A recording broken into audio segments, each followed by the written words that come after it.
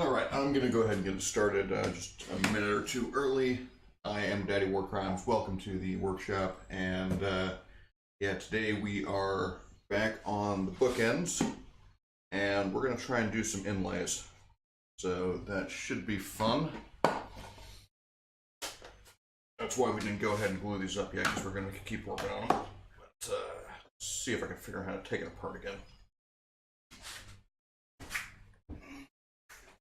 Mel, you are my friend.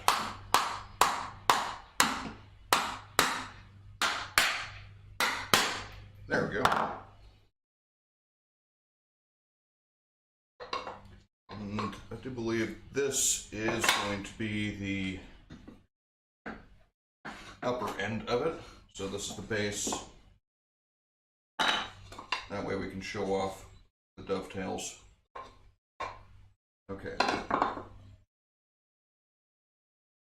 And sure, does that go there? I had these labeled like a A1 and A2. Okay, there we go. So let's try and figure out how we want to do this exactly. So I've got the scratch stock right here. This makes very light passes. Ooh, cross grain is not going to be happy with me.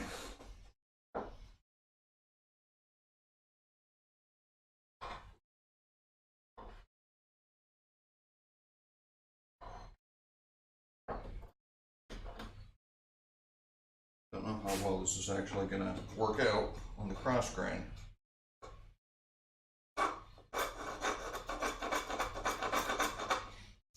But we'll be very gentle.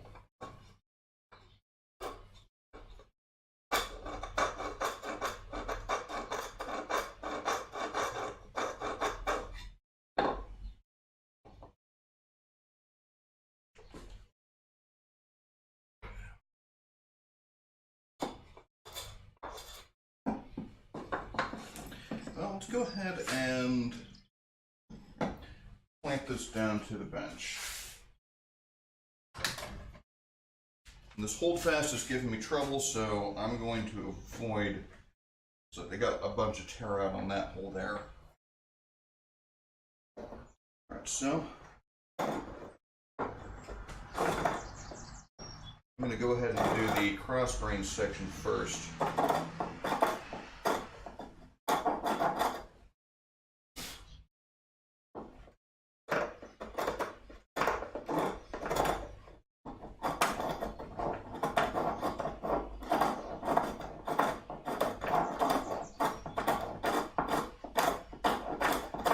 And the thing I've found with the practice runs I've done with this is that you have to make really, really light passes. You can't try and take out too much material at once. And can you guys even see what's going on? Maybe that's going to be a little bit better. You zoom in. There we go.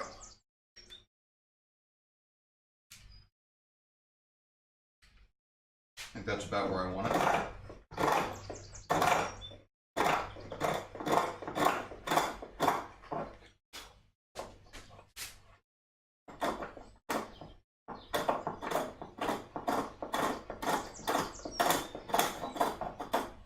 And the cutter I have here is just a piece of hacksaw that I ground down to a kind of square that matches the inlay stock that I have, and the inlay stock is just basswood. So this is supposedly 3/32. So I'm mad genius for thinking up using some pallets as a wood source for a laminate workbench top.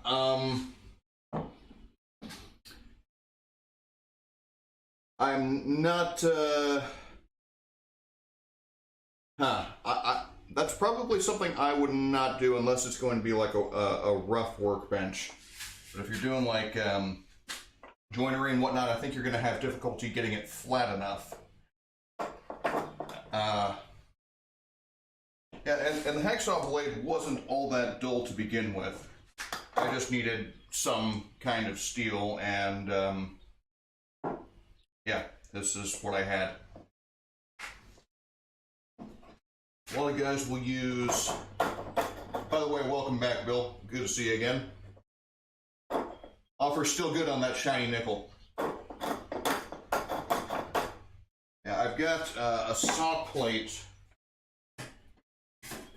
for an old rip saw that I was cutting up for stuff. But that was a bit too thick.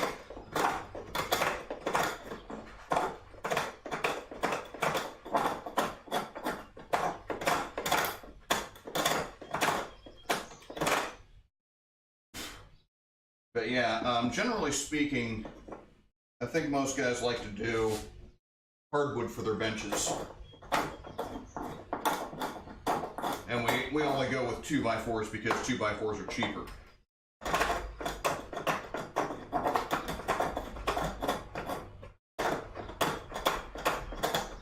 But I suppose you could get away with pallets. I mean,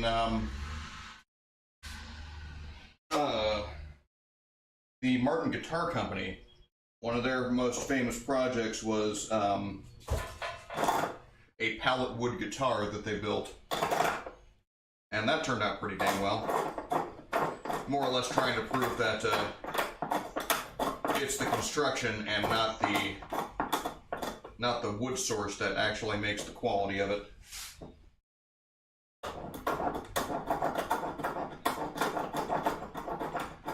They even did forklift-shaped inlays on that guitar.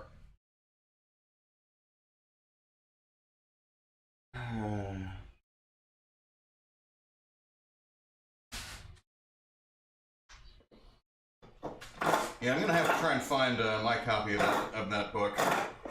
I think they made like one additional source book for it, which I also have.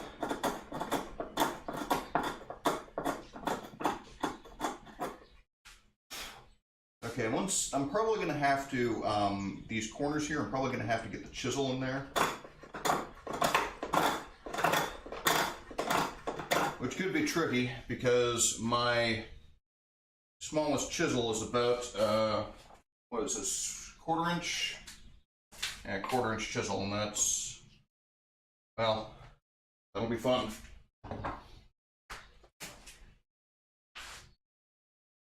Yeah, and pallets can be tricky too because, you know, not all of that wood is going to be all that usable.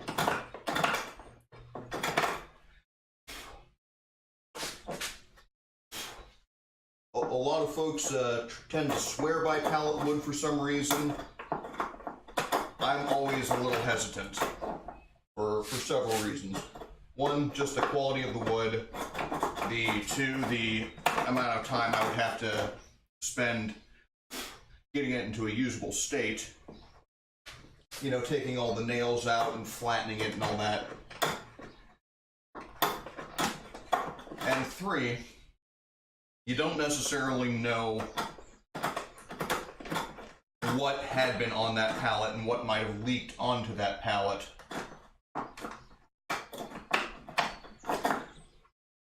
So, you know, if you're doing anything that's going to be in a living space in your house, it's like, what kind of chemicals has this been exposed to, and what kind of gases is that going to give off?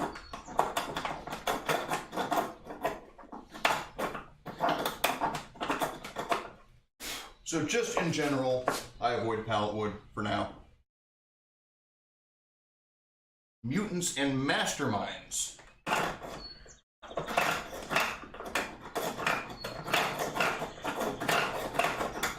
I missed that one.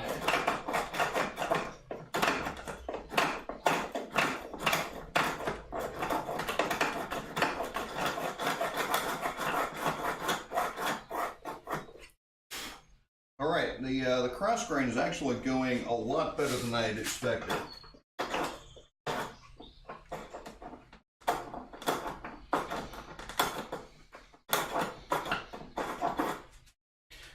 reason I'm going so far away from the edge here is because I'm planning on doing a slight curve like this and a curve over the top. So, not sure if I can draw this very well. Drawing is not my specialty, that's for certain. And then kind of curve over the top there, if that makes any sense.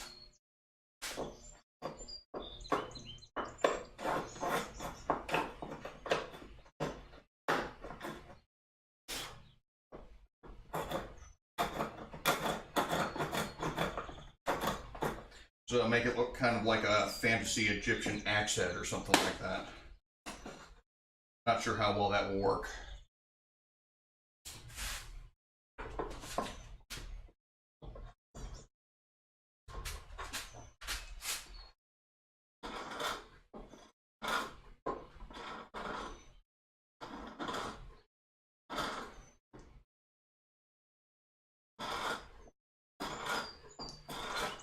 It looks like I'm going to have to stop the dovetail because I don't have enough, well, maybe.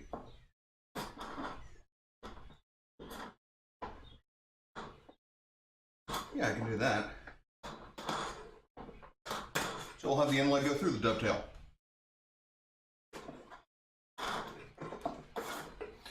And move this camera just slightly. So I'm sure someone's going to have OCD and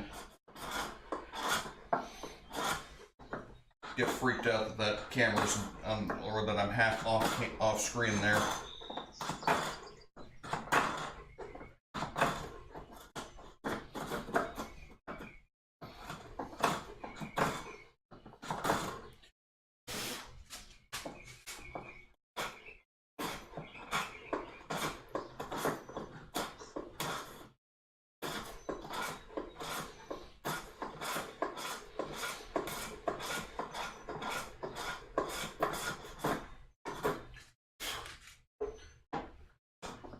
I'm really starting to smell the boiled linseed oil that I put on this, so it might not have had sufficient time to cure.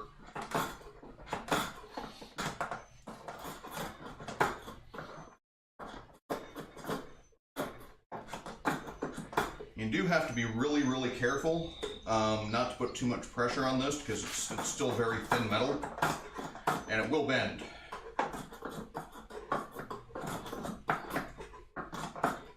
It's not like a plane where it has limited depth of cut, so you kind of just have to do it by feel.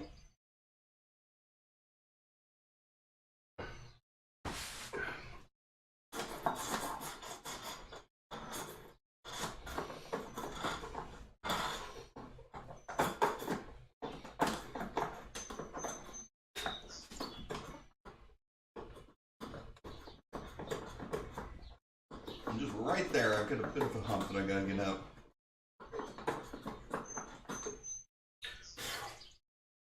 So the scratch stock did actually turn out fairly functional, which I'm surprised about. But that's what I like to see when I'm doing woodworking. Is I like my projects to surprise me when they work. That means I'm learning. Come on, get out of there.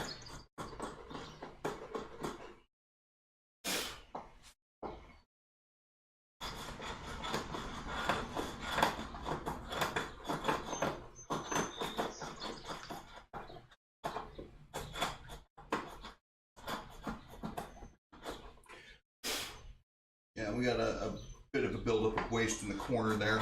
We still got to get out. Or I guess not a buildup, but a lack of cutting.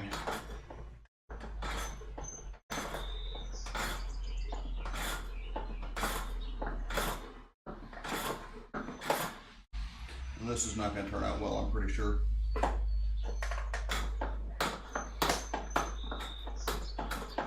But yeah, the inlay is largely inspired by my local woodworking club. We do kind of a monthly challenge, and this month's challenge is to do inlays. So Yep. Knew that was going to happen.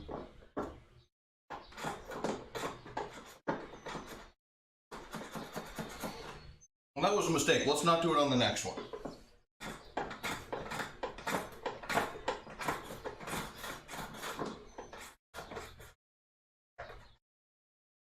And do keep in mind, this is entirely an experiment. This is not getting sold or put on display or anything like that.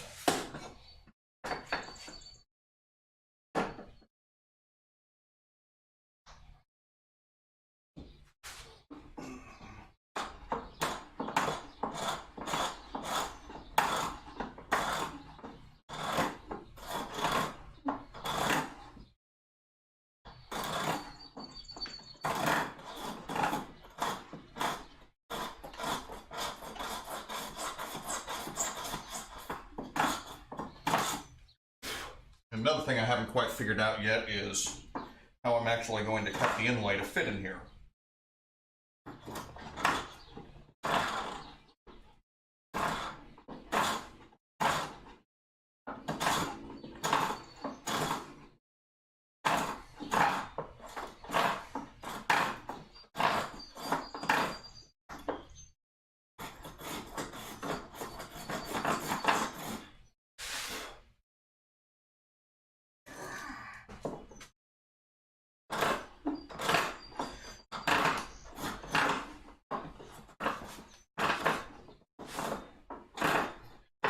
Quite a bit of chatter,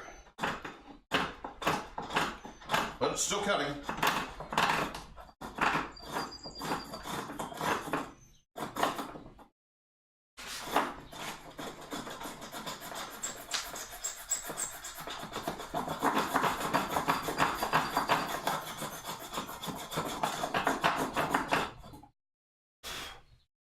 Whew. It is a hot day, hot and humid.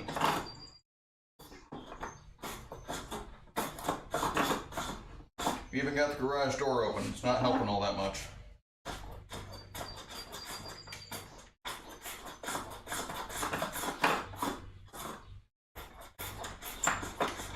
And there's some mowing going on in the neighborhood. I'm gonna have to do that myself too.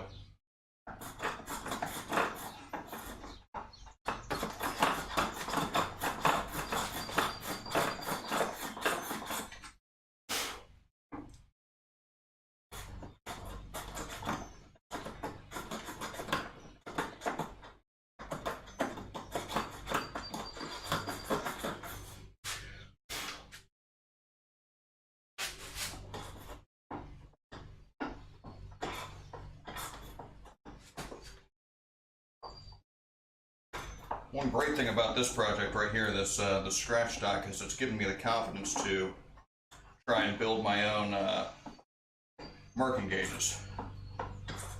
So like this guy right here, that should actually be a little bit easier because I'm not going to have to worry about clamping that. I'm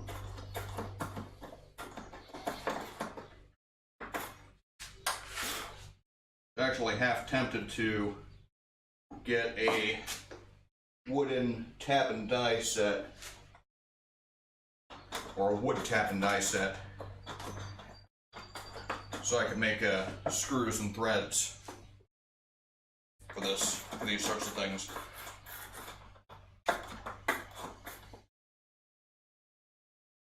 Because tightening this down does damage the wood here on the beam. I am in Alabama.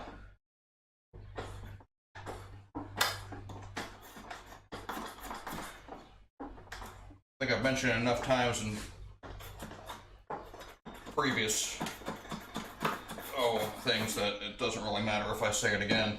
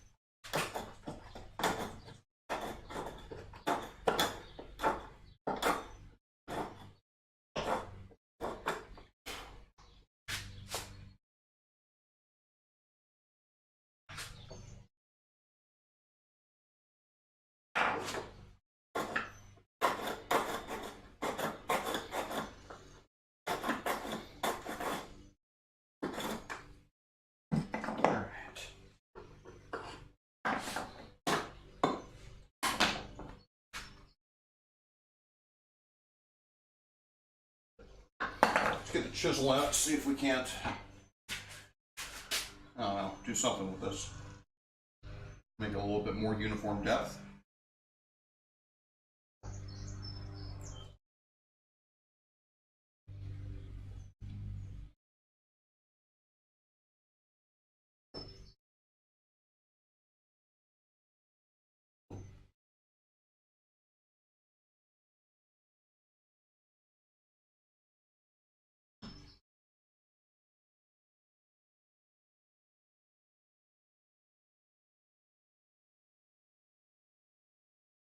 Actually, here's a thought.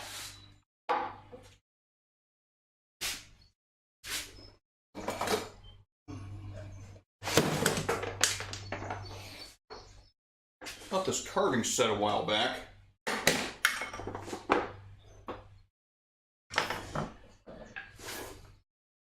Well, steak can be, especially, you know, with my name being out there.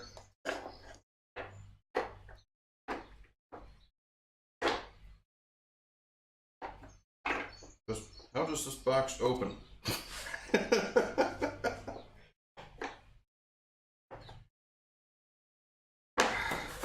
Like that, okay.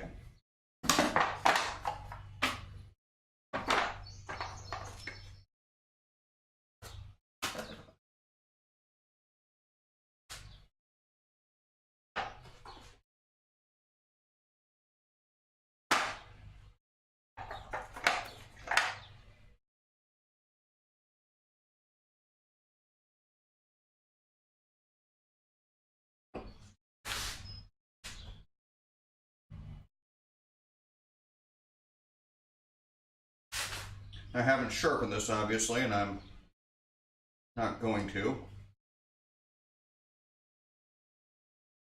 Yeah, that's probably not great.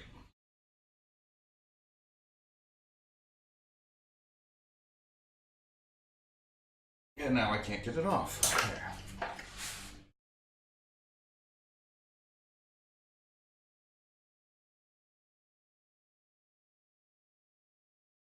Just kind of wanted to get this corner material just a little bit flatter.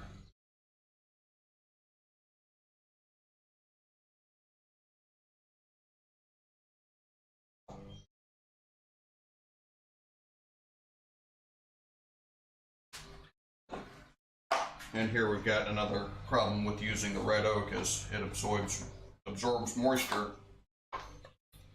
quite readily. So sweating on it is probably not the greatest thing.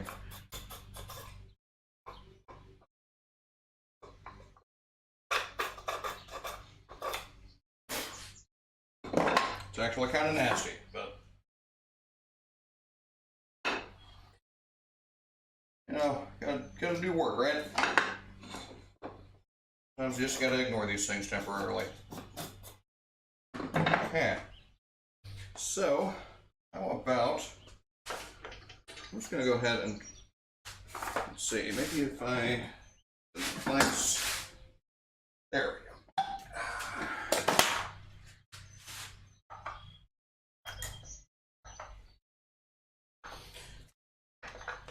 So yeah, this didn't work out as well as I had planned.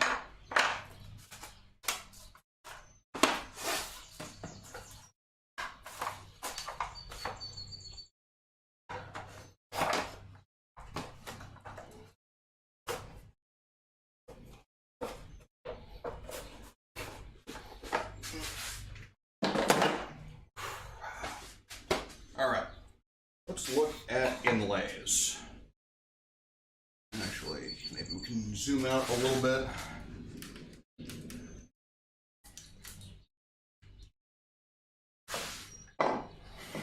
And so what I'm going to do here is,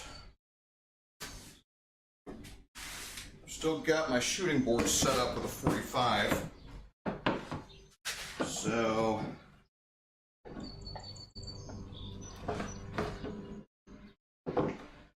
just put a slight angle on this.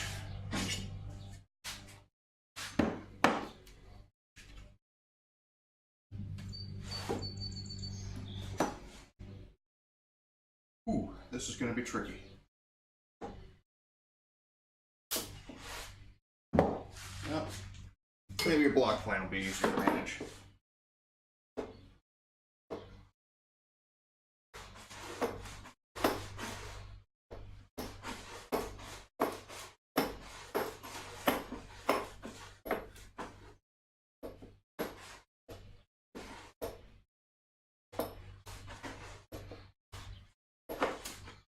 And there we go, nice 45 on there. That's not what we needed. Okay, so 45. And let's see, where is my marking knife? Normally I'd be wearing my apron, so I'd have it right there in my pocket, but it's too hot.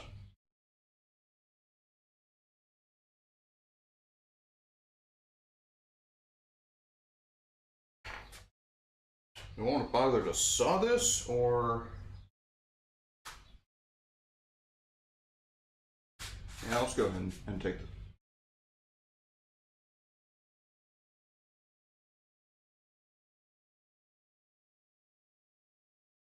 Jigger would be a great for a straight line. I think the corners is where the encountered issues. Oh, you mean with the scratch stock? Yeah. Yeah, the corners are with the are the issue for me. Get a chisel, and I think I can probably just chop straight through this.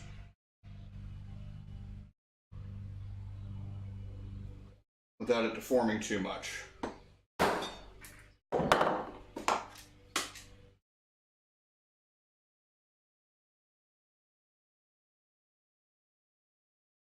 There it is. Ooh. That reset's a bit too deep. And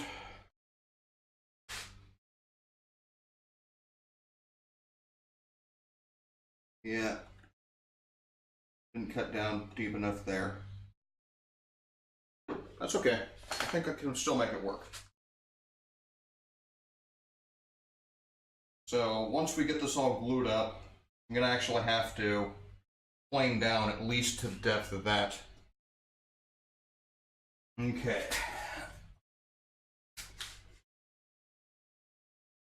So now I need to do another 45.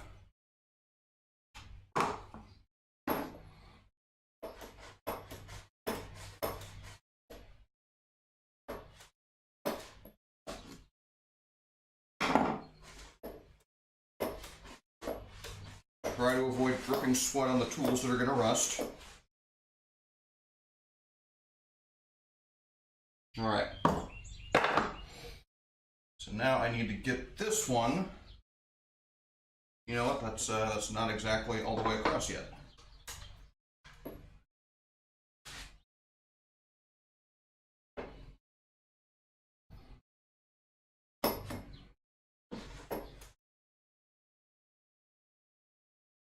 Okay, that should work.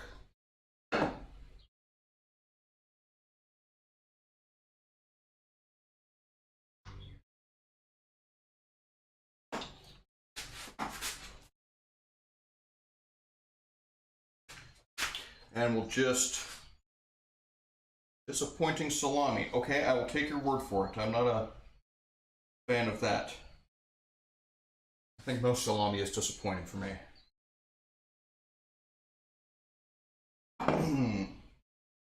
And so we'll just shave this until it fits.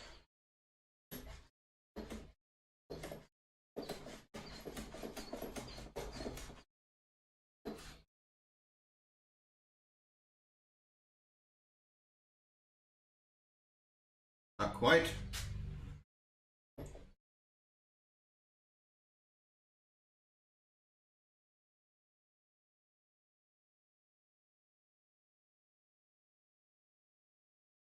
This is a much smaller scale than I'm accustomed to working with.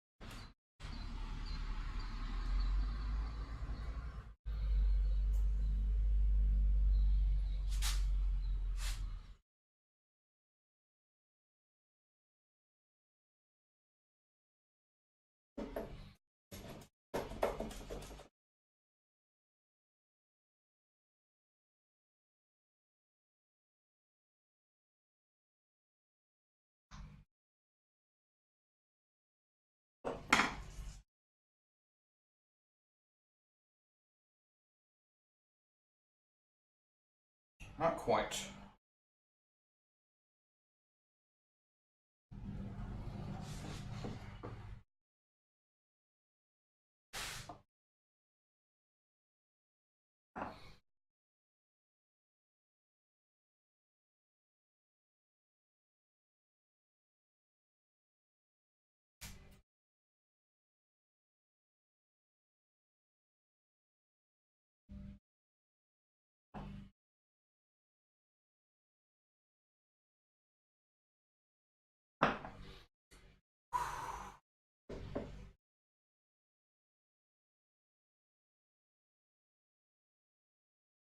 It's already too hot for this, and I'm only been here half an hour.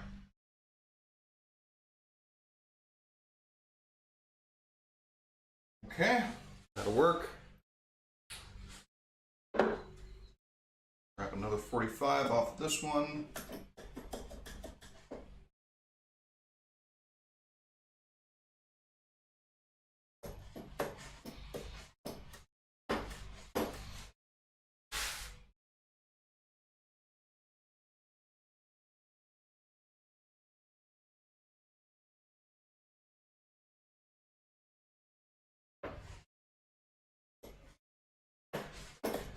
Well, yeah, the chisel will go right through it, but just trying to get it exactly the right size. The shooting board takes off just very, very small quantities.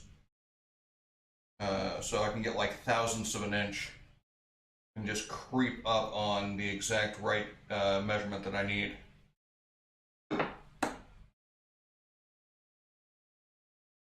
All right, I'm gonna call that good enough. Give that a little mark.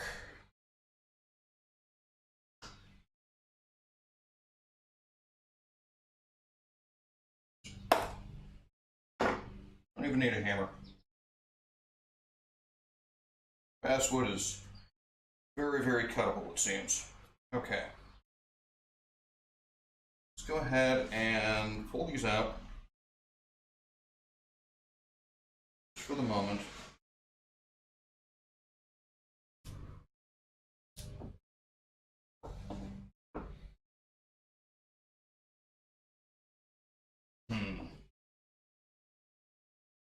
Perhaps I didn't think this through well enough.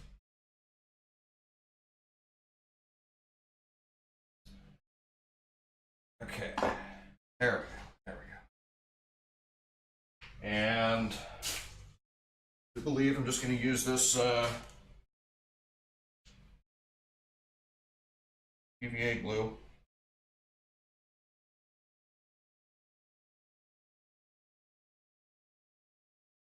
Seems the preferred adhesive is the CA glue or super glue.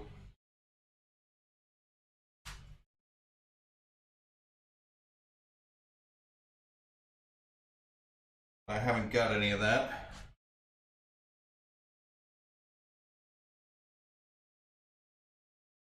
So yeah, wood glue it is.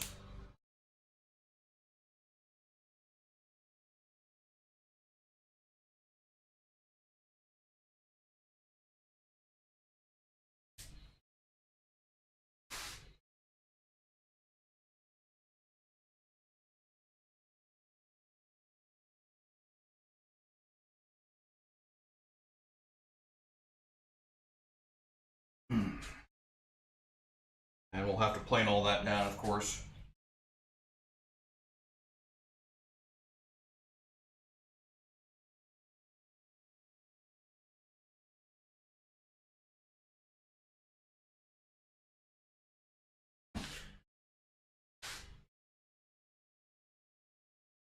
Everybody seems to love these glue bottles. I'm not yet convinced with mine.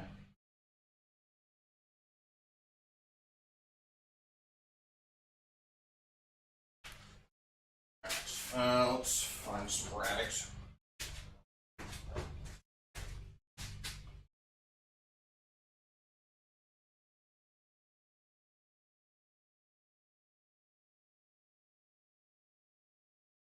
And we'll leave that to set up.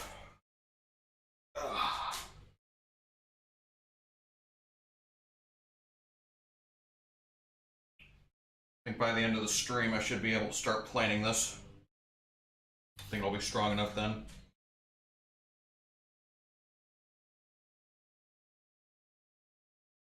But yeah, that's my first attempt ever at an inlay. Dang it. That's maybe we can push it in. Nope, so I cut this, I didn't cut this one short enough, this top piece. So I will be paying for that. Alright, let's see if number 2 works out any better.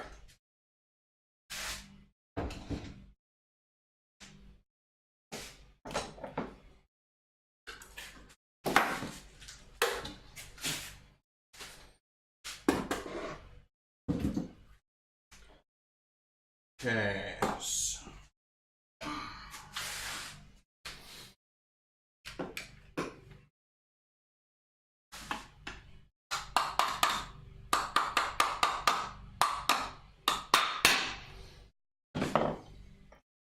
I had briefly considered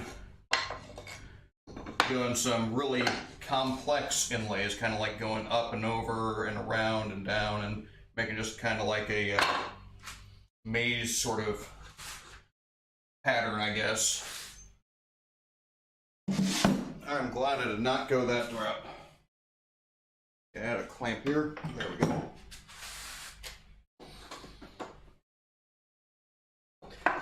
And let's see.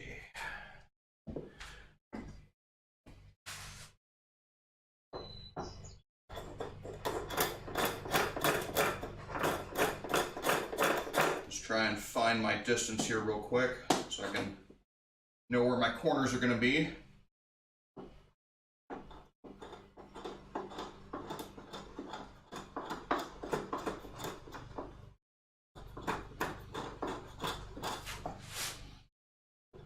And this time we are not cutting into the dovetail. So that was a mistake.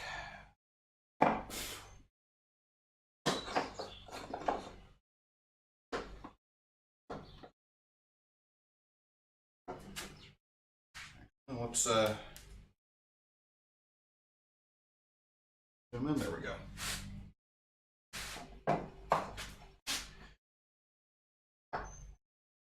I know where I am, really I do.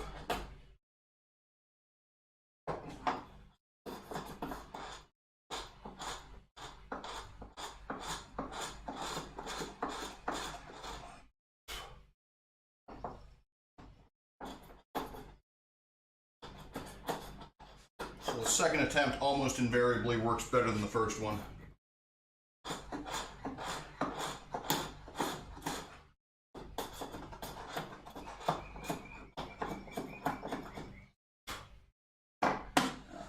Let's go back to the cross grain cut.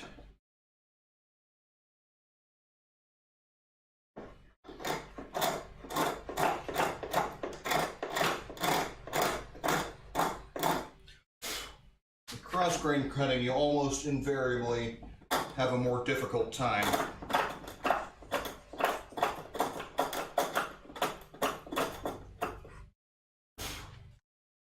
See, I'm getting a little bit, I don't know if you can see it, but like right here, a little bit right there, I'm getting some blowout.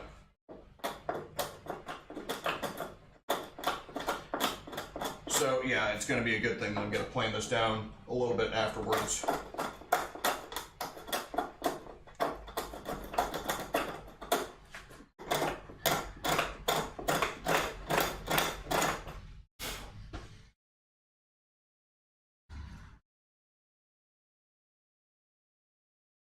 Well, I guess you could call me house husband, but no, I'm retired. I spent 20 years in the United States Army and got a pension out of it.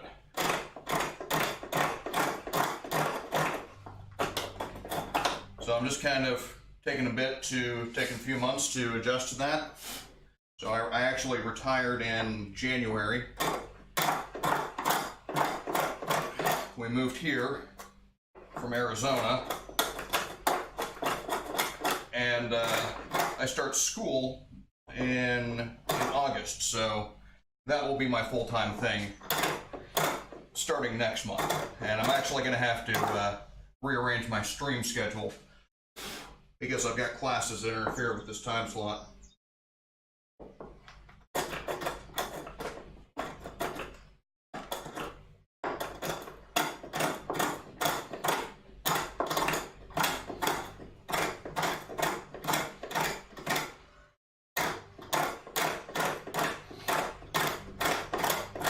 I don't know if you're at all familiar with the Montgomery GI Bill, but I've got 36 months worth of benefit. So I will actually get paid to go to school.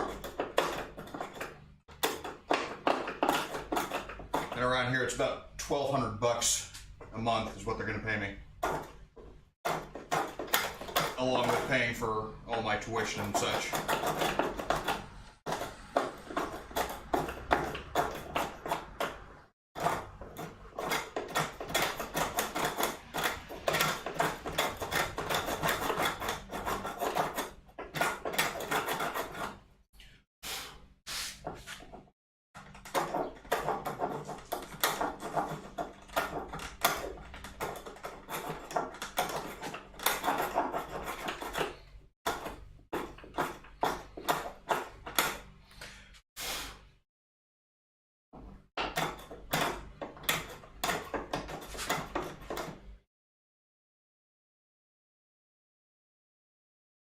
Oh, that's an Air Force base, isn't it? Not entirely sure where that is.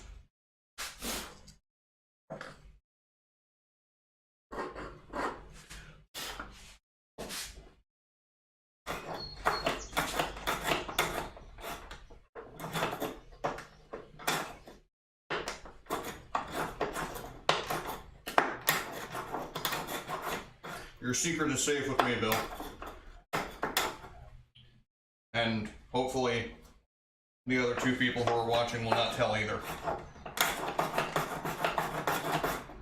Though be warned, I do archive all of these streams onto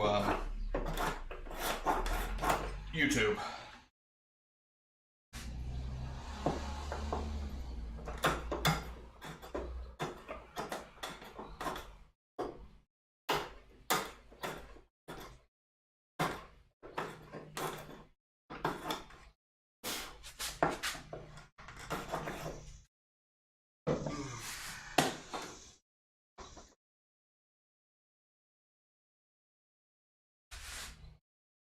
You know, last couple years, last several years of my Army career, I actually spent more time on Air Force bases than I did on Army posts.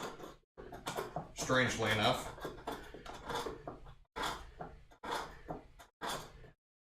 That's just a matter of where I had been assigned.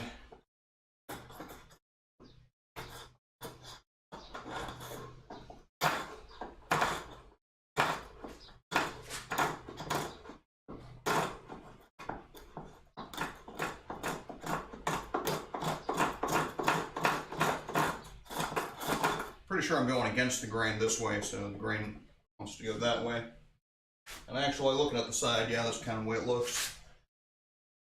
This is giving me a lot of chatter when I pull towards me.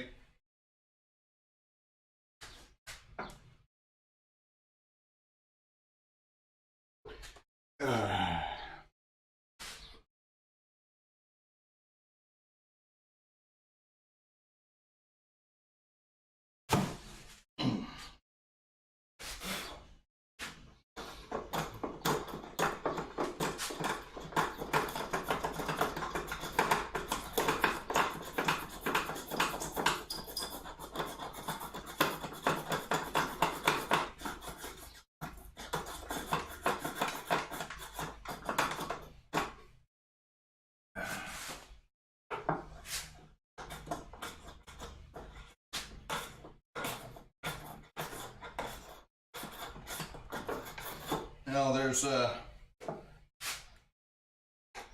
more or less come to the realization that if I'm going to be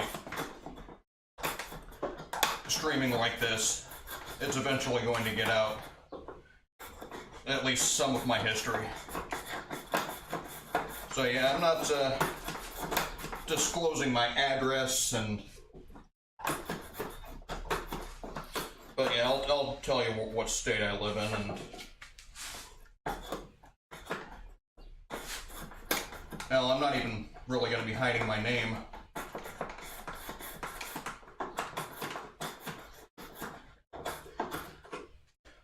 Considering that James Wright already outed me. If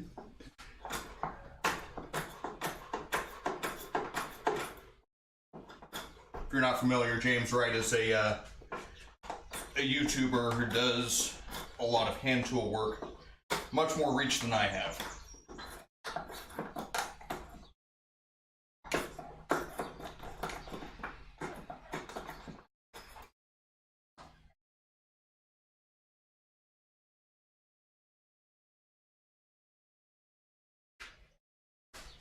Well, that does happen.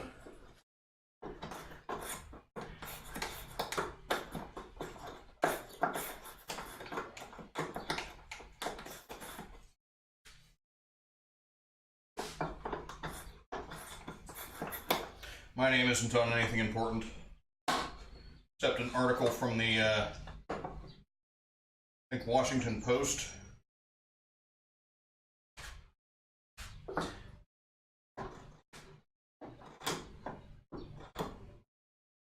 Once became the face of the Army's failed recruiting mission, like back in '06 or something like that.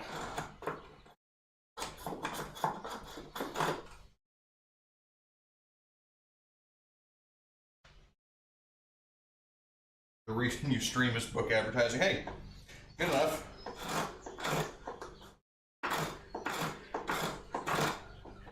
I stream for a variety of reasons. Hopefully I can start making a little bit of money on this someday. And then I can write off all my tools as on taxes.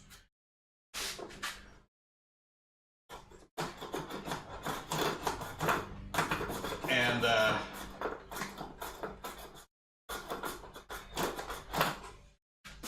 also because it's kind of fun. Gives me people to talk to while I'm working on projects, and it actually gives me a reason to come out into the shop on a regular basis.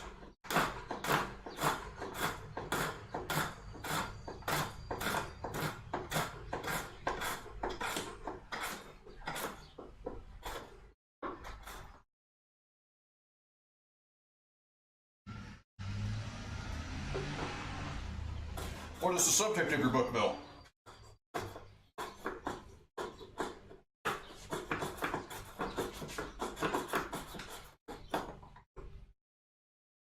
And if you want to post like Amazon links or something, that may be allowable. I'm not really sure what my settings do.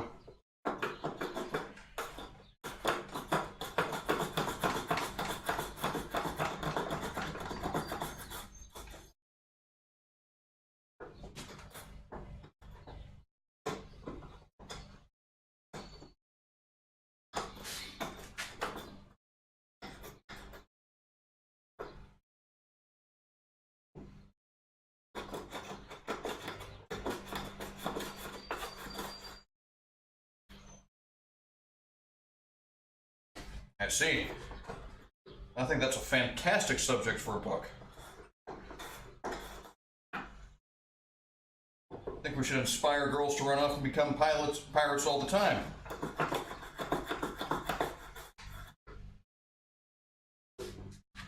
But only until they reach their 21st year. To make sure the contract is correct.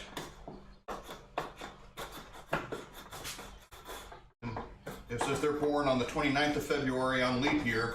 You don't want them to be serving until their 21st birthday.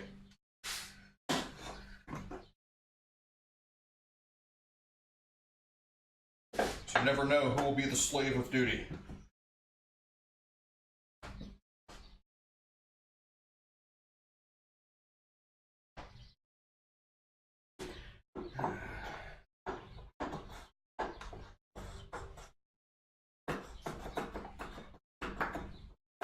So is this a modern take, or science fiction perhaps, or are we talking golden age of piracy?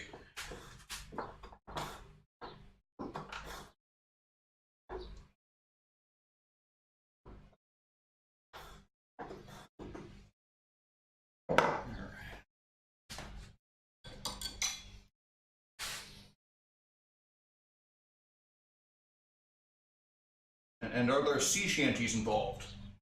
The sea shanties are an important part of piracy, I think.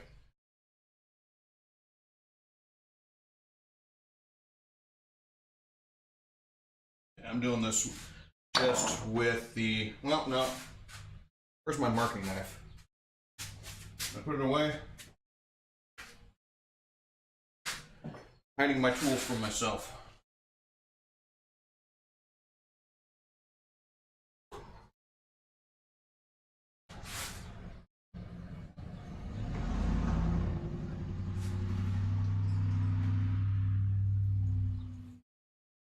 I see.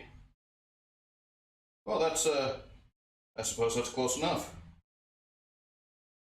Not quite golden age of piracy, but you know, when your only options were muzzle loaders, I suppose a good blade would have been something handy to have regardless.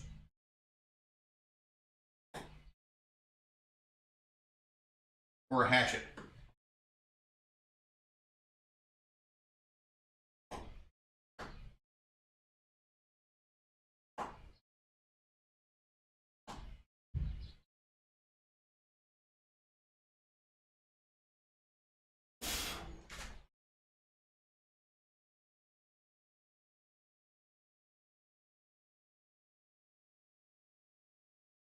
Recently came across a song that was written as a sea shanty, but it was like written in the 60s or 70s or something along those lines. The title is Barrett's Privateers. Quite an amusing tale.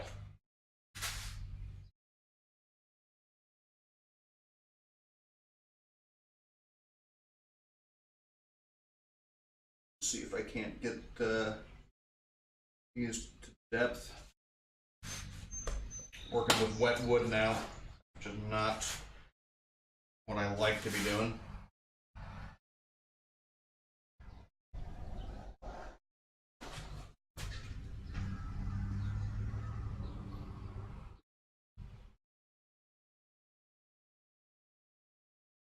Nice if I had like a 3/32 inch chisel, but I don't.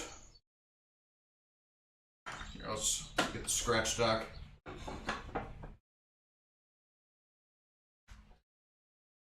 Lack of easily mined iron.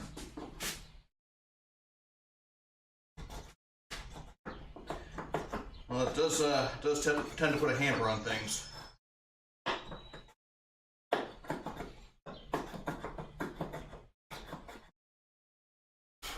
Although they did use other metals for cannons and such.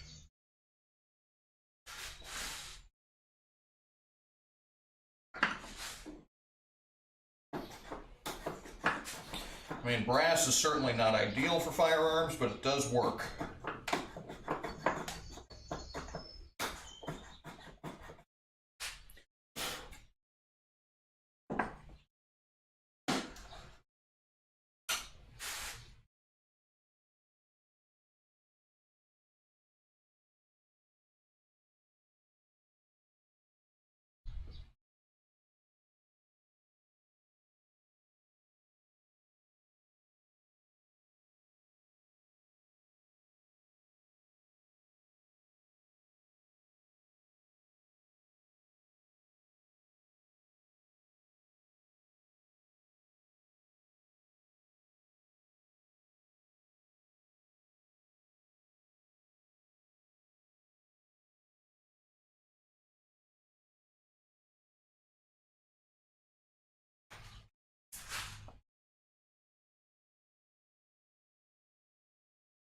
Few hundred years after you're writing They go through a steampunk industrial revolution,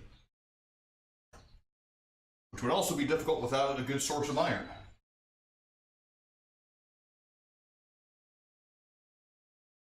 And without iron, you can't have steel. That would actually severely hinder all sorts of things, including woodworking.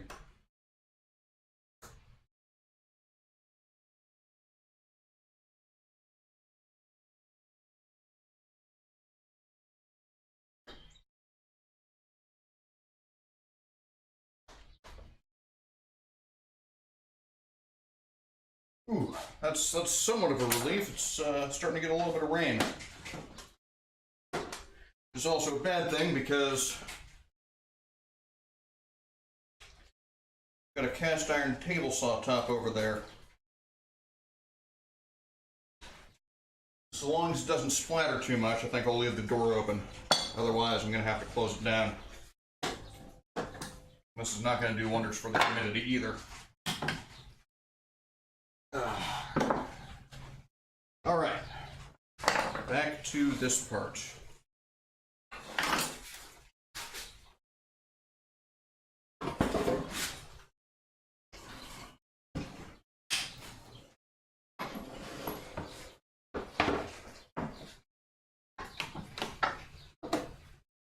I have occasionally entertained the idea of writing a novel.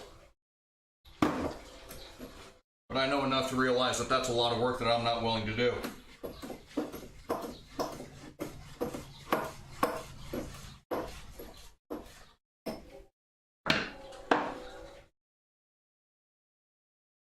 Mohan the Mutineer by Crean on you. Okay. I'll try to remember to check my comments afterwards.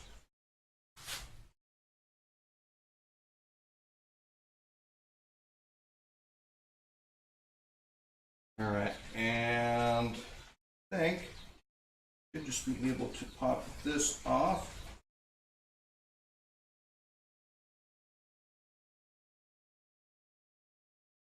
Maybe not. Maybe I'll have to do it here. There we go.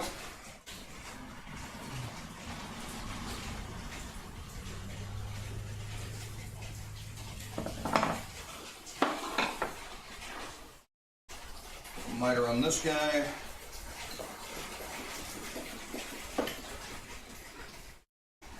Yeah, excuse me guys, I gotta address this.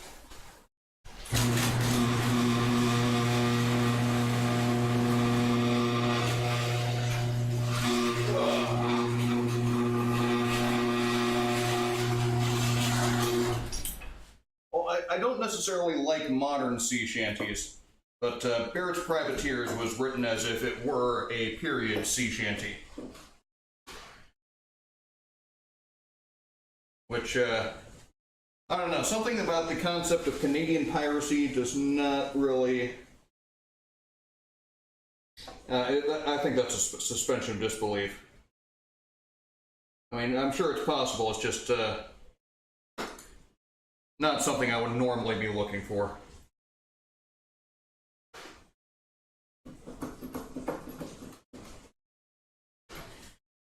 Those Canadians, though, they were fiercely proud of the role they played in the War of 1812.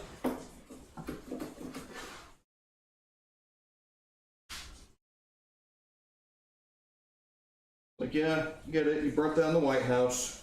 Good job. Still Canadians. Nah, got nothing but love for the Canucks. Were they now? I'm not entirely up to speed with my history of the Great Lakes regions.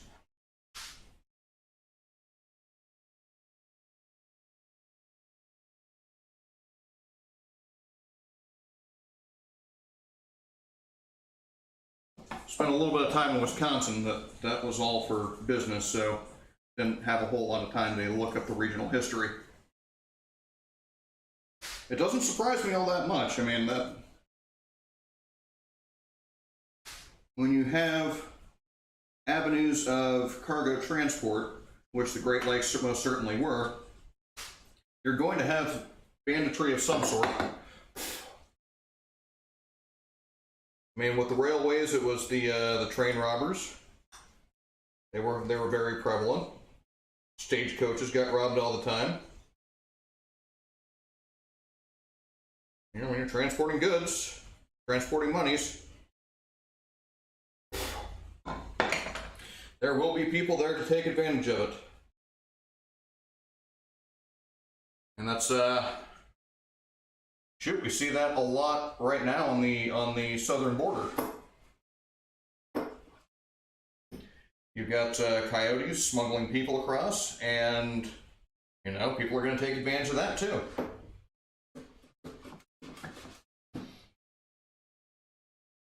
When you're smuggling drugs, people are going to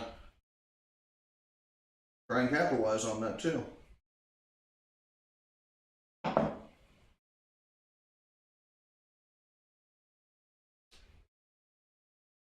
Okay, I think I like that one a bit better than the last. You guys can't even see that, I'm fitting it off camera. Okay, and so we just need one more.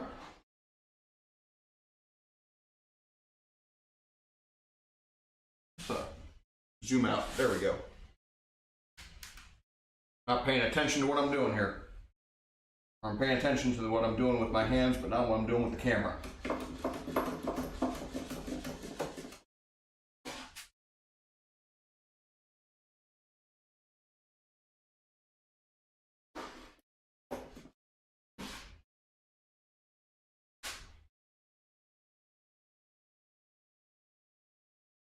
Oh yeah, that turned out much better, don't you agree?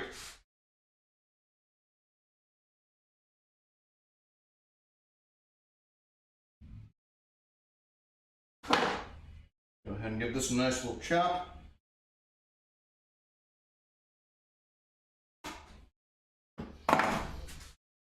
And I've still got plenty of inlay material left over for whatever else I decide to inlay.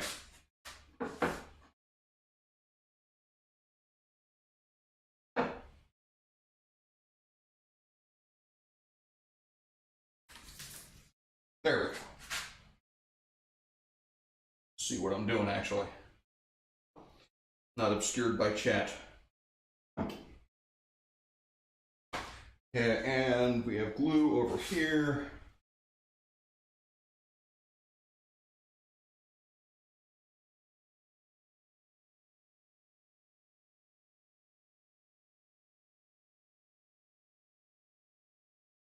Trying to equalize the pressure in the bottle.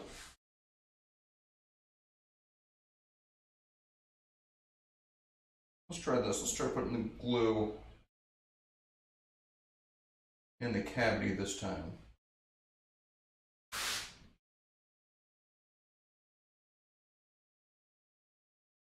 Yeah, there's going to be a lot of squeeze out, I'm sure. Okay.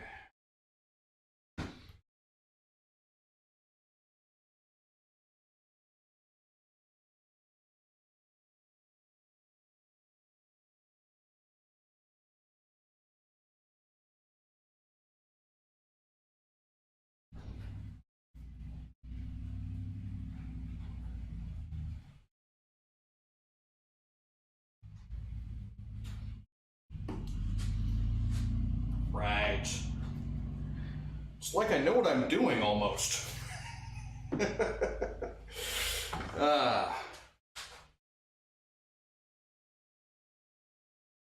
And most of that squeeze out will come off with the plane, so not too worried about that. And what time is it? It's 12:05. Man, I thought this was going to take longer than it did. That's kind of unfortunate because really didn't have a whole lot else planned for this stream.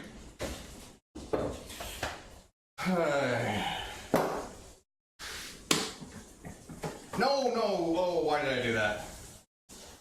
Now my 45 is going to be off, oh well. I don't think I need to do any other 45-degree shooting, so guess I'll deal with it.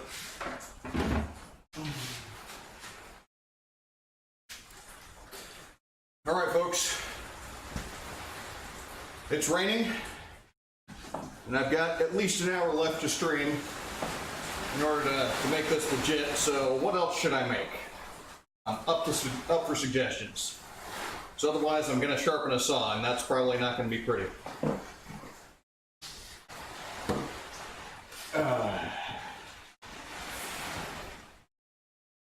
Okay. I don't feel up to making a plane till. But this is kind of bugging me because, yeah, let's clean this up a bit. So I made this over the weekend, but yeah, it's not sufficiently stable for my tastes. So let's do this. So what I'm thinking of doing is adding a piece of material. Wow, that's noisy. I apologize for that, folks. I don't think there's much I can do about it, though. There we go. Get that going in the right direction.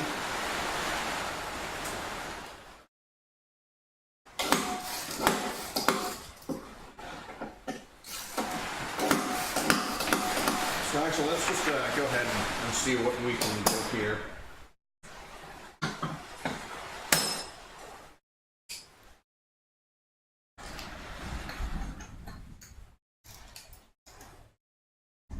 Get those screw points poking out just a little bit. And what spare material do I have?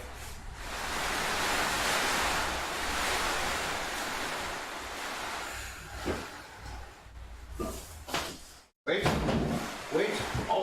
Oh, you are perfect. Well, you were almost perfect. No, you're not thick enough. Okay, let's get a 3/4 piece. Give me something 3/4. You're not 3/4. Why not have anything 3/4? Come on, scraps. Talk to me. Ooh. You're promising. Not thick enough.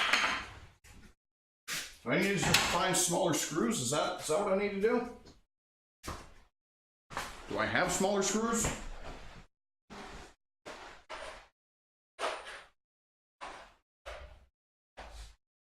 Are you guys smaller?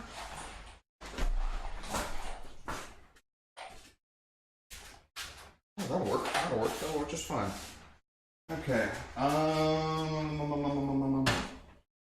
No, I'm going to use this. I'm going to use the plywood. Okay, so I'm going to go like, go ahead and just line it up at the top.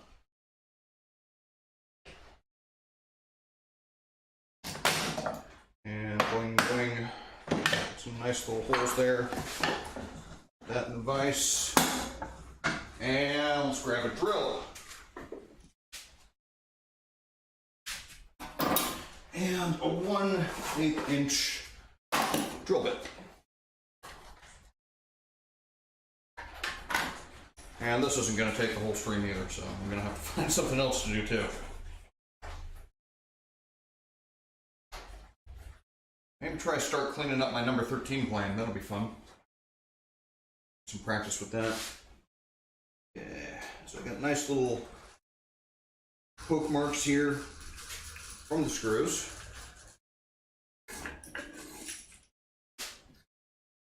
And that will line my screws up just perfectly.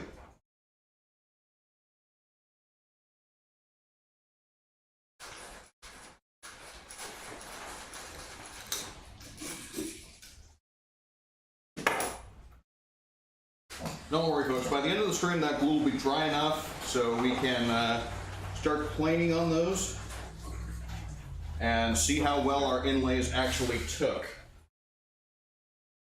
And yeah, let's go ahead and take these screws out totally.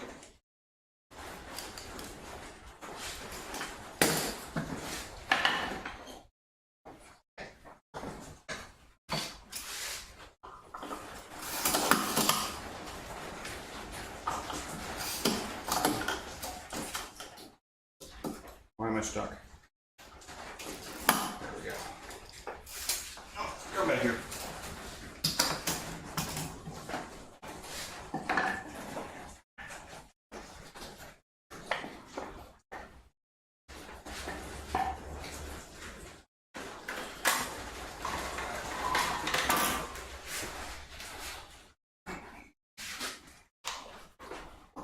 Soak, very important.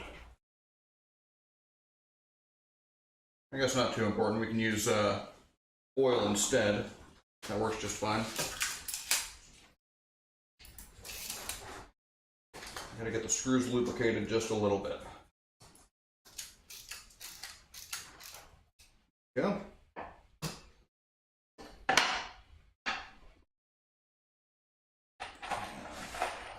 The screw.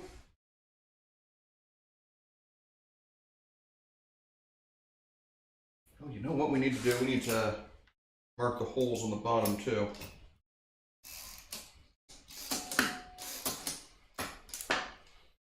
Okay. So we're just gonna get right about here.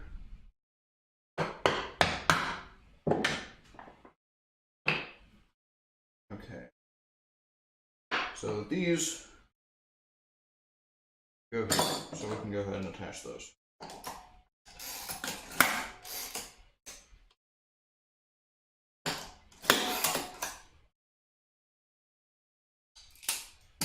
All right, awesome. And now let's go ahead and drill those out.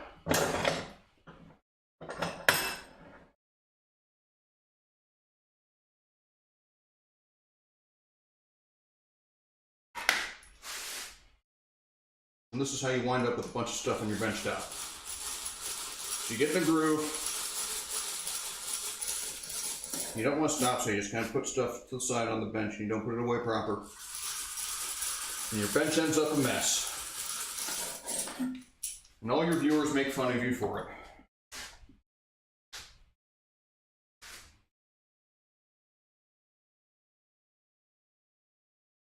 Okay, let's hope I did this right.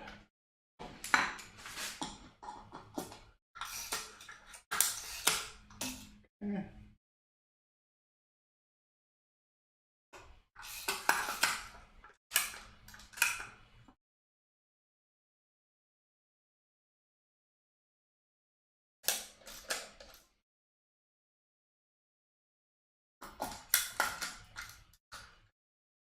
Line it up with the holes already there.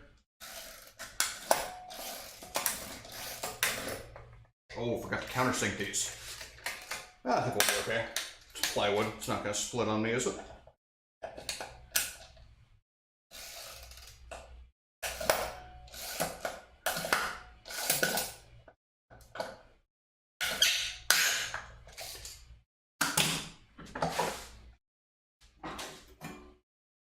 Is this any better?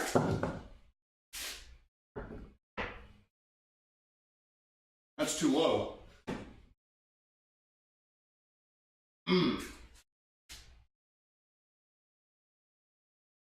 Dang it.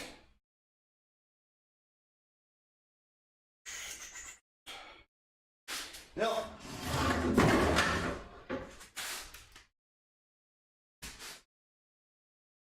suppose I might move this guy.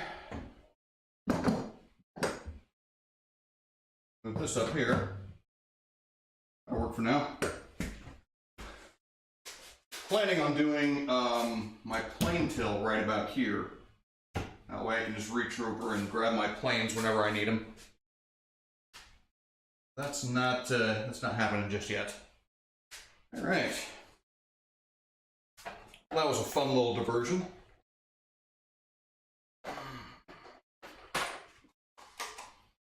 Fortunately, not as time consuming as I would have hoped. That's okay. Some stuff away, make a little space.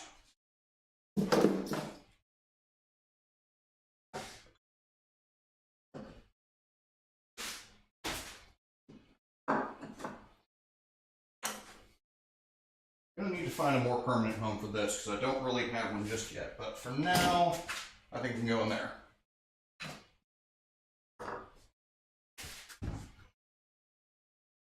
Still open for suggestions. Things to make. Otherwise, it's all going to be shop maintenance, and that's probably not going to be fun for anybody. It'll be fun for me.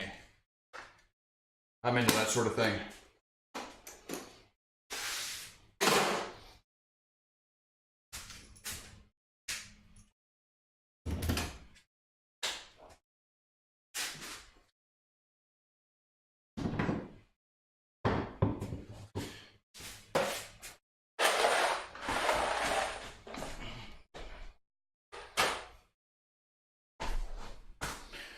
Try not to trip over the cables that I've got running around everywhere.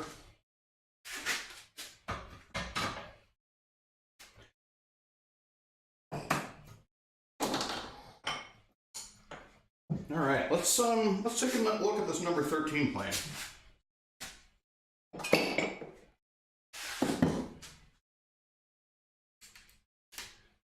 This guy's at least 100 years old. I think they stopped making them in about 1912.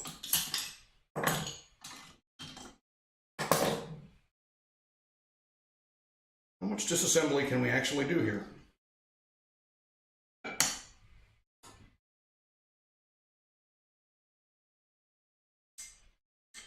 Little thumb screws. Can we pull this all the way off? Yes, we can. All right.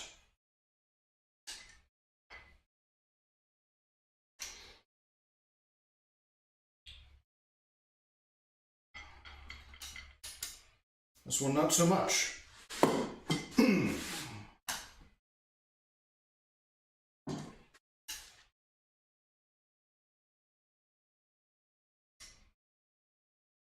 Okay, and it seems, and this has bugged me a little bit, there seems to be a little bit of a...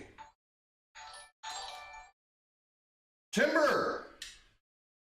How you doing? 18. Okay, this is getting a bit ridiculous. Unfortunately, you've caught me at a bit of a point where I'm running out of ideas. So, let's see. Here's trying to figure out this number 13 plane. And it's got a little bit of gunk kind of down here in between the sole and this hinge. I don't really have a good way of getting that out. And just so you guys are caught up to speed of what has been going on, let's get a good example here. So these are the bookends, or at least one of them, and they're dovetailed and mortise and tenon bracing here. Trying to get a good angle of this. And we're doing an inlay challenge for my local club, so I did basswood inlay, and that was mostly carved with this homemade scratch stock. So, all completely new to me, but you know, that's what we do, is we expand our horizons, right? And so yeah, just kind of killing time trying to figure out this guy right here. And I've got a screw in the back, and that looks like it's holding the frog in. Let me get an appropriate size screwdriver.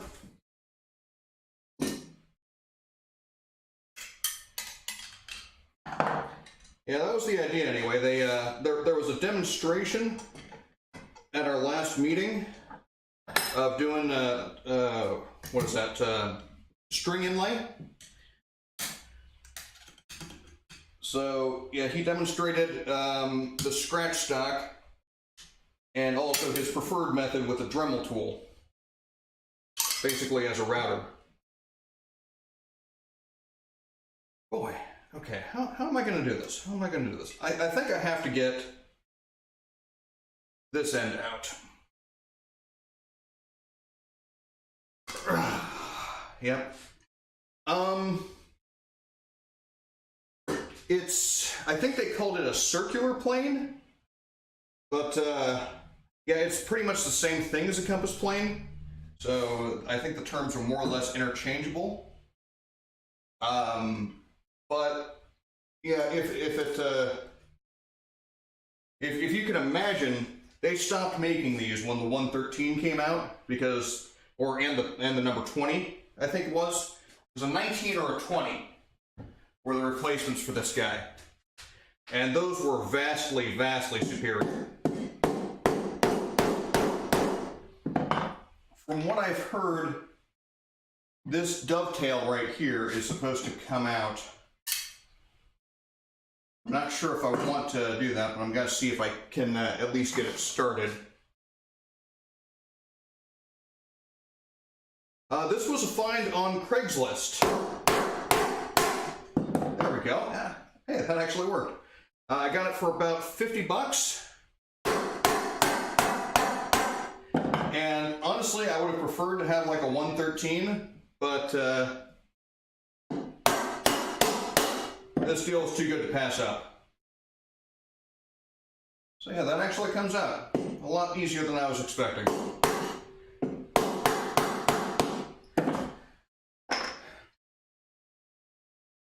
I got this guy and this one, a 12.5 scraper plane. 12.5 because it's got the wood sole on it. But that's a later project, I reckon, because I think I need to replace the actual scraper blade on it, or at least clean it up dramatically. It looks like someone had just used a bit of a saw plate to try and to replace that. So, ooh, got some rust. And let's see, can we take the frog out?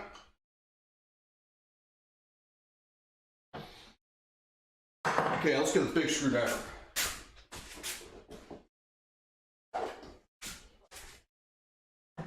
I don't have my apron on because it's too dang hot in here. No, that one doesn't fit.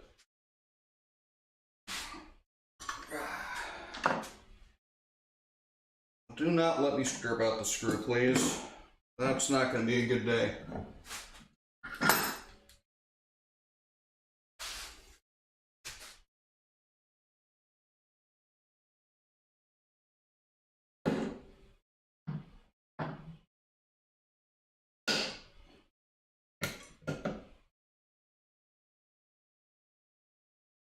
That worked.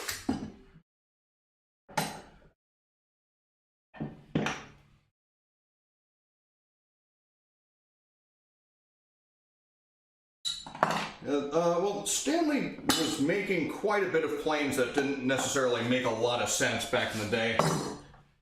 I mean, case in point, this monster here. I mean, who would have come up with something like this, all right?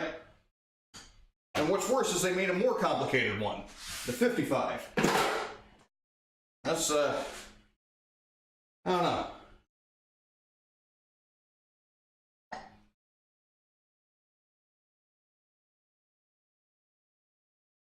Well, feel free to stop by, and I do appreciate the raid. Good to see you again, Timber. And sorry I didn't catch any of your stream. I kind of overslept this morning.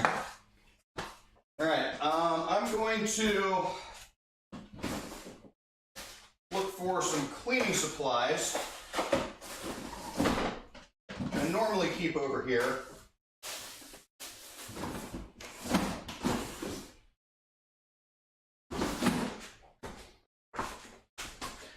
Okay, maybe they're somewhere else.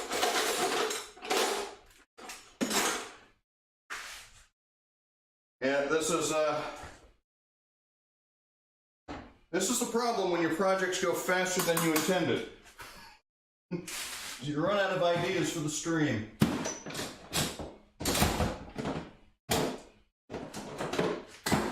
Oh, that'll do, I think. Get some good old 3-in-1 oil.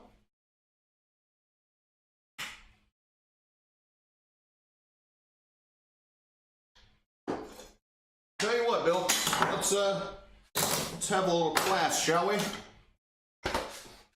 First thing we're gonna do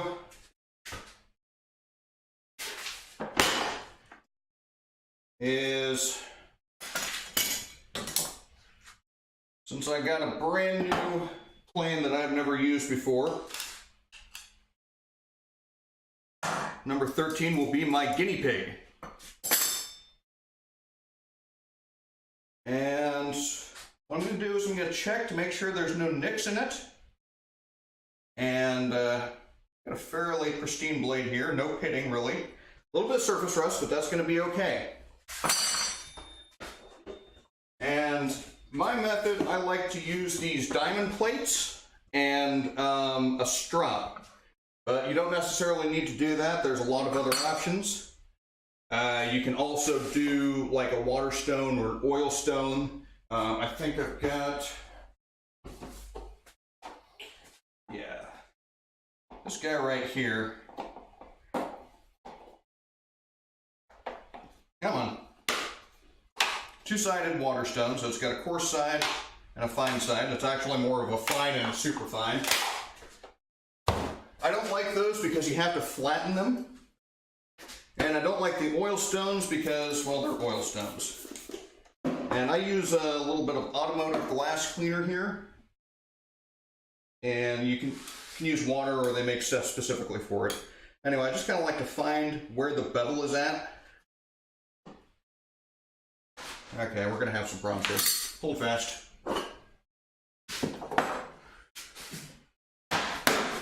Okay, so find where the bevel's at. And you can just kind of feel it most of the time. And just kind of, you want to lock your arms in position, right? And so you're kind of moving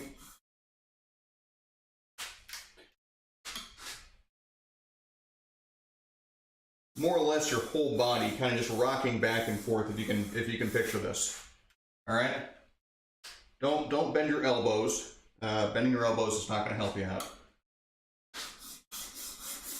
And what we're looking for is just a consistent scratch pattern.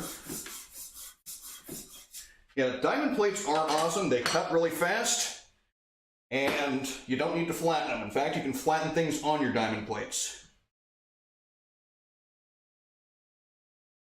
Now, a lot of guys swear by their water stones, and I'm also going to do a little bit of work on the back here. Actually, I should probably do the back first.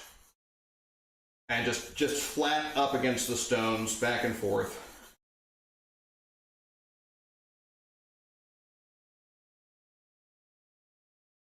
And so what we want to see here, let's clean this off some.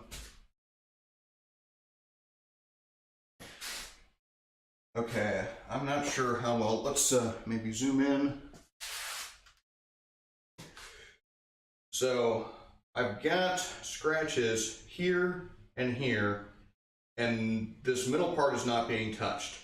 Now, what's important is across this edge here, across the cutting edge, I want to see a consistent scratch pattern all the way across that. That's when I know it's flat enough to be, to actually cut.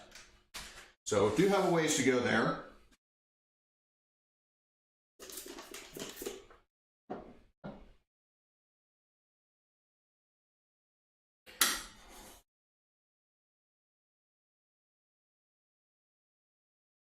And I'm only flattening, I'm only working the final inch of this blade.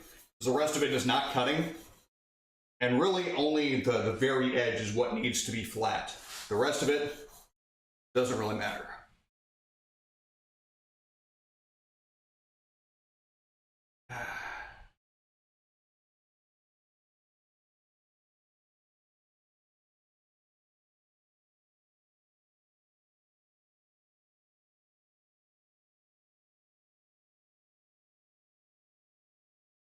And see, we're getting a little closer, but for some reason, it looks like what happened was someone was putting a back bevel on this, which is a technique that I don't really used myself, but it seems to be pretty popular.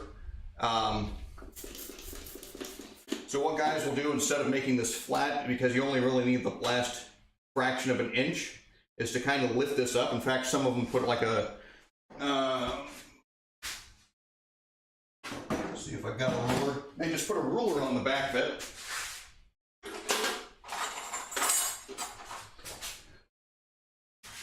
Like so, and that lifts up the edge. And I don't like doing that, so I'm just gonna keep working this until it's flat the way I like it.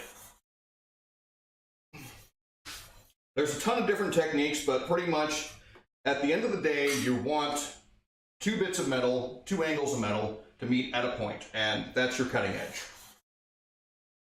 So however you get to that is really irrelevant. You find a method that you like and you stick to it, or you adapt as you need to, you know?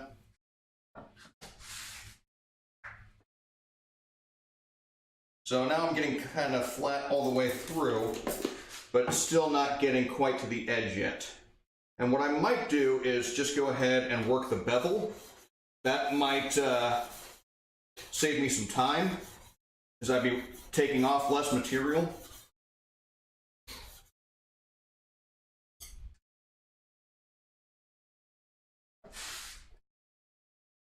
Yeah, I think I'm gonna just go ahead and do that. So, I'm gonna get one of these stones out, one of these plates out.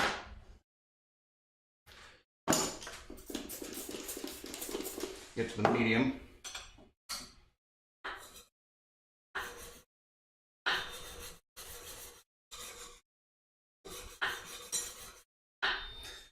Hold fast is getting in my way a little bit.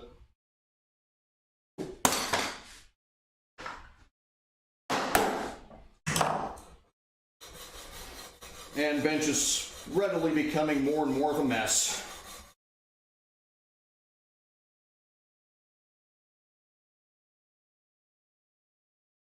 All right, and so we can see we've got a bit of a finer scratch pattern on the blade now, and it is going most of the way across. And ooh boy, that edge is just not going to work out for me. I'm going to have to, unfortunately, spend quite a bit of time on that. But so long as we start getting the coarse scratches off, then we can move on to the finer stone. So it's not a mess experience. Have you ever been experienced? Isn't that the line? I'm a Hendrix fan myself. Love Jimmy. Jimmy speaks to me.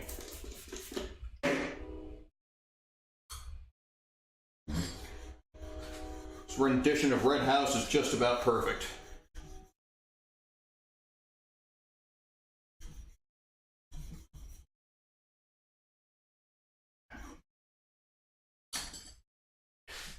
Little known fact, Jimi Hendrix liked to pass himself off as a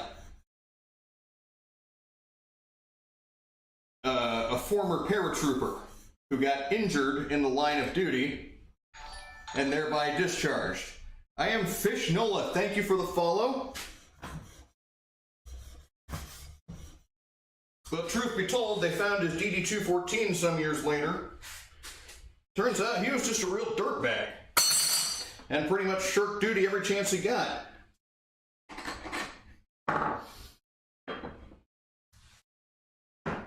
That's okay. I only like him for his guitar playing. Alright, let's see now. I'm going to use my extra long coarse stone.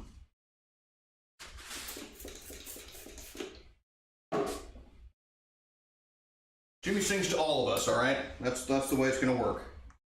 He loves us all equally. Let's move this out of the way. Got one of his songs, Taking Care of No Business, on my open mic playlist. And you're not going to cooperate with me, are you? Okay, let's find a way to do this. DeWalt Quick Clamp to the rescue. You get to play the role of plane stop today.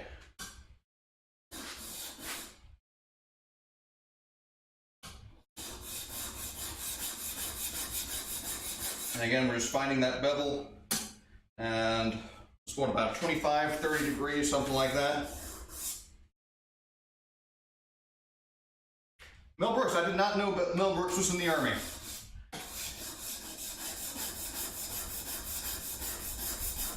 Blowing up bridges, though, it's a very important aspect of military life.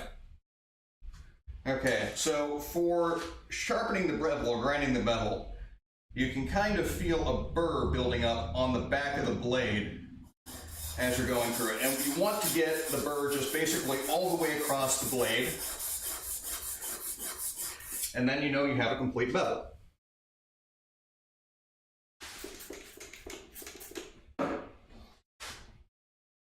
Yeah,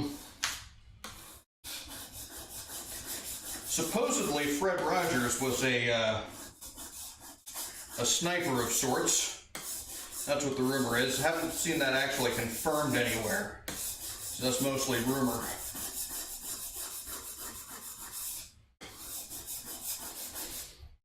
Bob Ross was Air Force, which is one of the reasons why he decided to take up painting, is because I think he was a master sergeant, and he just got tired of yelling at people all the time. And he thought he had to do that to be an Air Force NCO. Maybe back when he was in the Air Force, but at least in the Army, we're not allowed to yell at people anymore.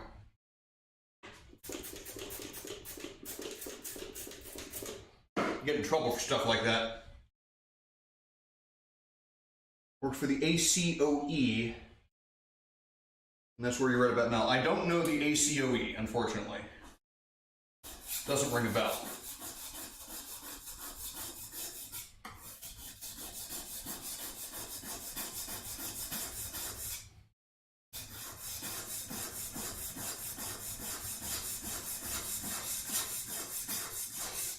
And this longer plate just gives me a little bit more space to work with. Generally, I don't use it because I got all these and they're all the same size.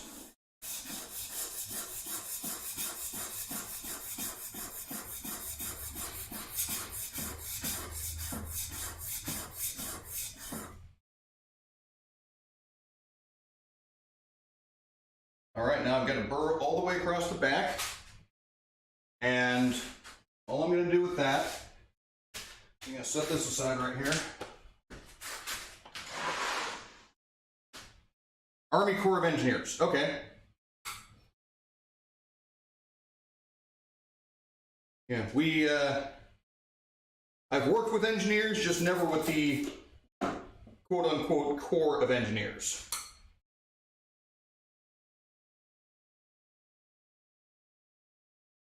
All I'm going to do is take this to the fine plate, take off that burr, because we've already got the back ground down to fine, or the super fine. And take this over to the medium stone. Just get rid of those coarse scratch marks. Get another burr going, and take the burr off. Simple as that. Once you get the back flat and you get a good bevel, everything else goes pretty quickly. And now we're just taking it to the fine stone.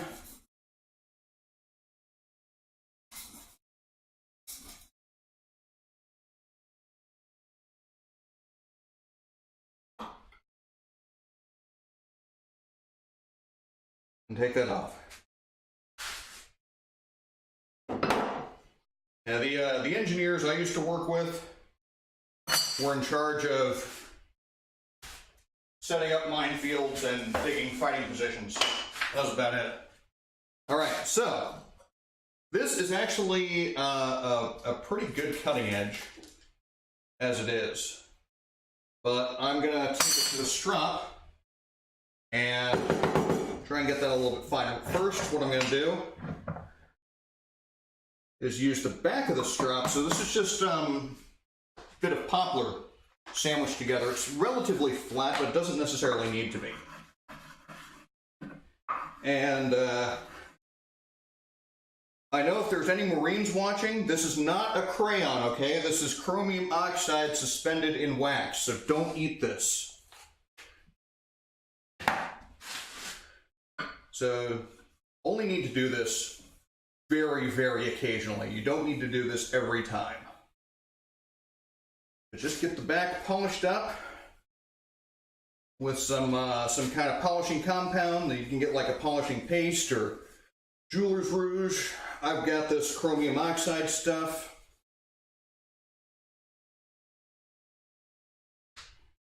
And just try and get a nice polish on the back there. In fact, let's put some more compound on there.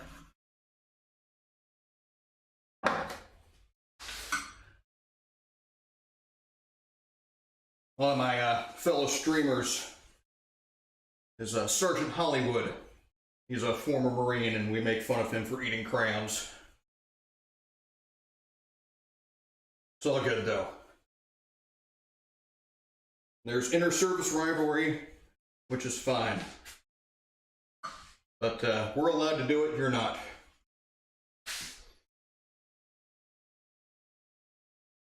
All right. And we're just going to flip this over to the strap side. So this is, I think this is deer hide. Could be mistaken. But this just came out of a bag of scrap. E5 Camo Joe. Hey, Joe, there's no such thing as an ex-Marine. You can only have former Marines. That's what I heard anyway. Now, what was your service, Joe? I don't think I ever heard you say it.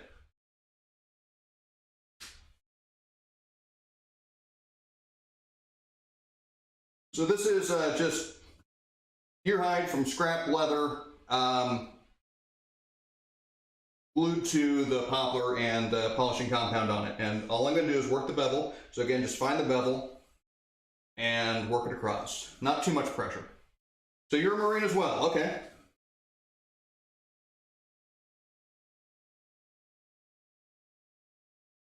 Now there were a bunch of former Marines that I've worked with in the Army.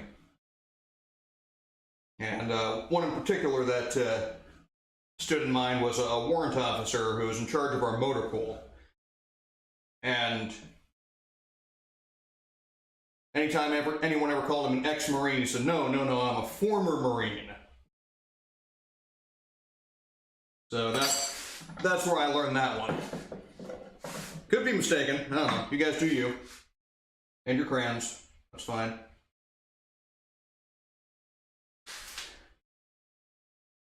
And I started as a grunt. And after I get this burr, just flip it over, still in the leather, and just pull across until the burr goes away.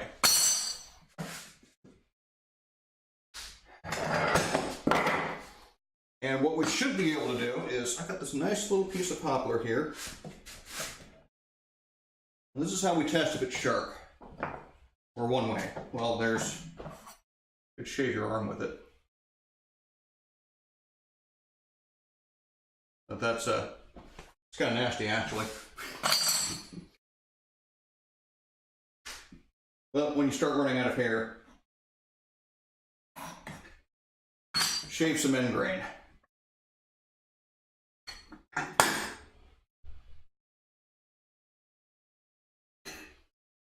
Okay, so we've got a sharp blade. Here endeth the lesson. Let's get back to cleaning this up some, shall we? All right, and I'm just going to use a little 3-in-1 oil.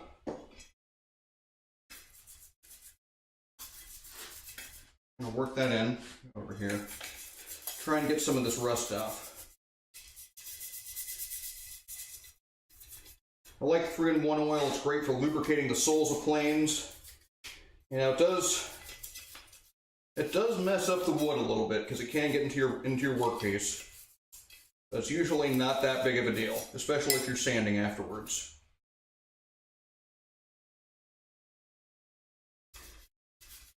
Now some guys swear by vinegar to take rust off. I suppose that works. I've never really tried it myself.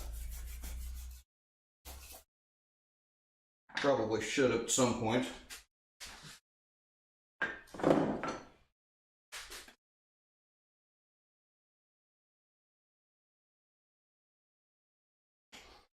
Now, one of the guys I used to work with in my last assignment before he retired was a former sailor. You generally don't see Army going into other services, mostly because the other services won't take them. Army, we have low standards.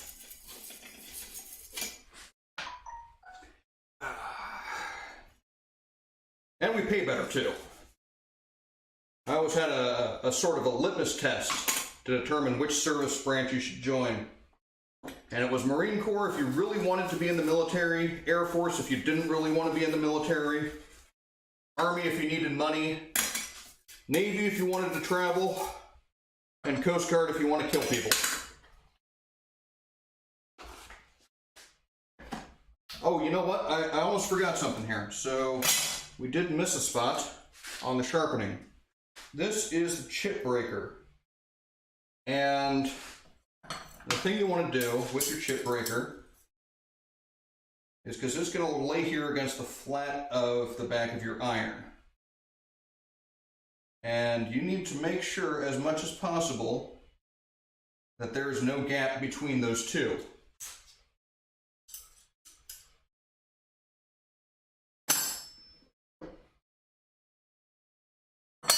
So let's grab these once again. And I'm just going to take this over to the fine plate just for initial work on it, just to see where the scratches are, right? And if they're all the way across, then we'll just leave it at that. Yeah, I think that'll be good to go. So someone actually took care of this plane at some point in its life.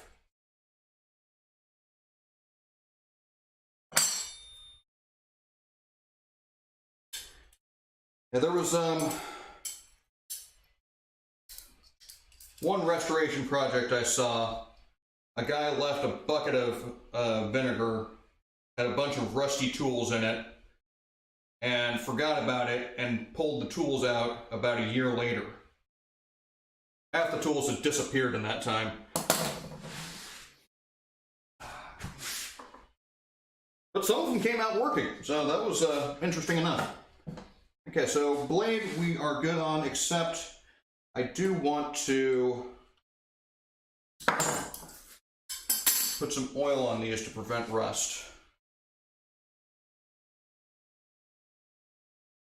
And this is just rag and can soaked in 3-in-1 oil.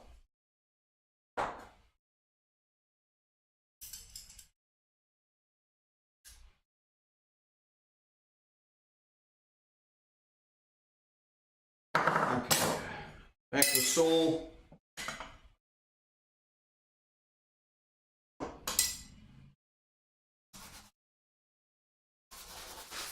I'm using a plastic brush here. Well, one, because it's the only one I could find, but two, it's going to not be as damaging to the finish. Definitely don't want to use a steel brush because that'll work away on the steel.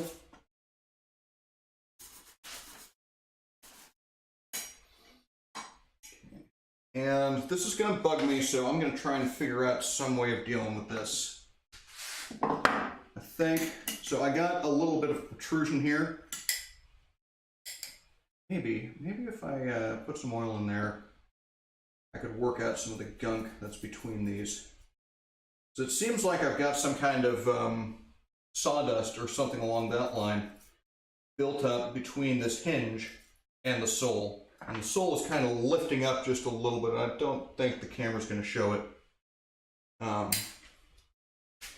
What I'm also going to do is try try and tap it flat a little bit.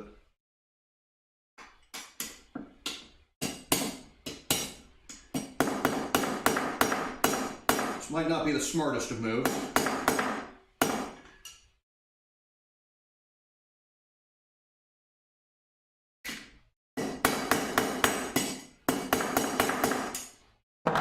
Seemed to work okay.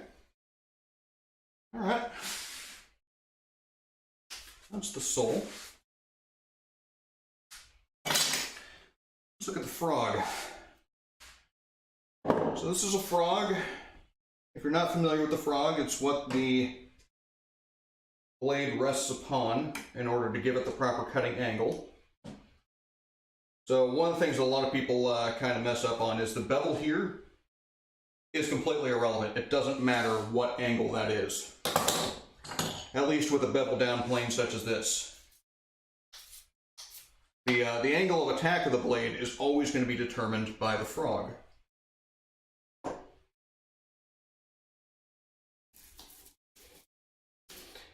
The exception to that would be if you have something like this, which is a bevel up plane. And then, yeah, the angle of the bevel does matter. I got a little bit of rust here. Shouldn't be too big of a deal. Oil seems to be working nicely.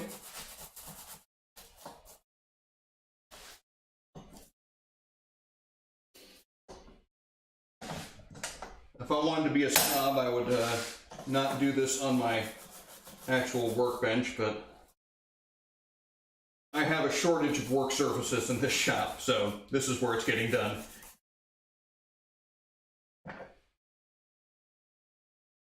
And maybe, just maybe, we'll be able to see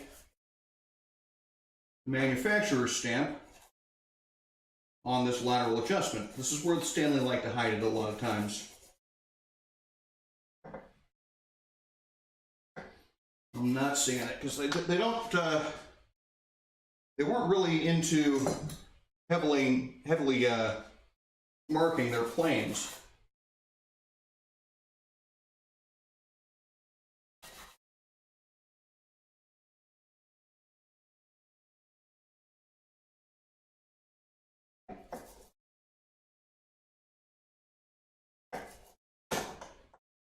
And Joe, are you a bevel up guy or a bevel down guy? Or is it circumstantial for you?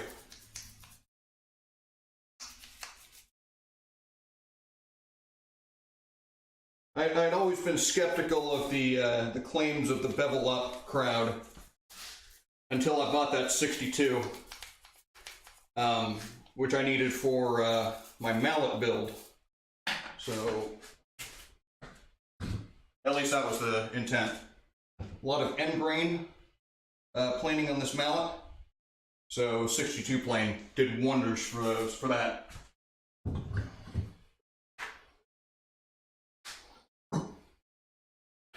Yeah, the only bevel up planes I've got are the 62, which I mostly use for shooting board work, and block plane.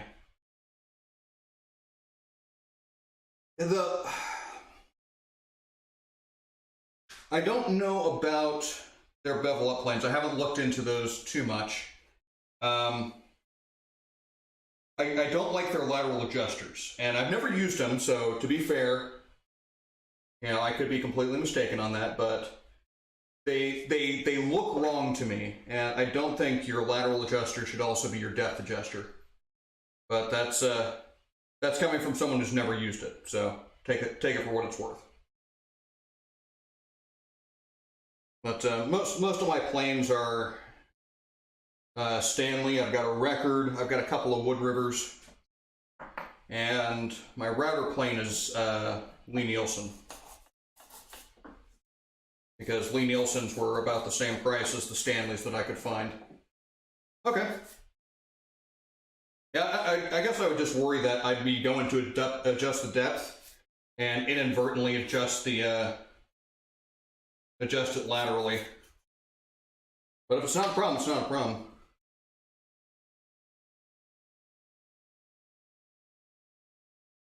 got one plane that I have no idea who made it, but it was the number 4 that came out of Granddad's toolbox, and we'll be okay with that.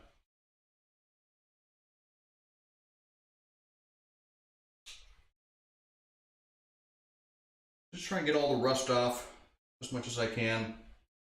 Try and get as clean as I can. That should be flat enough.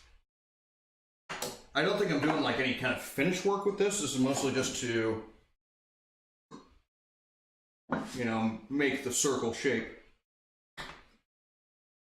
And okay, this is not a good start. I seem to have lost a part already. So I should have 2 of these.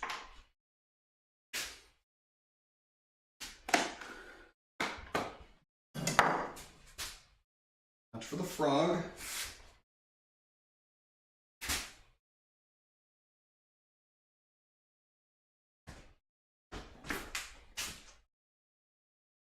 Checking real quick to see if I can find it on the floor. If not, I'll move on.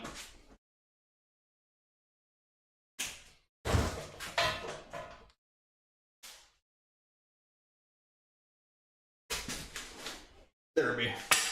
Okay. What have we got here?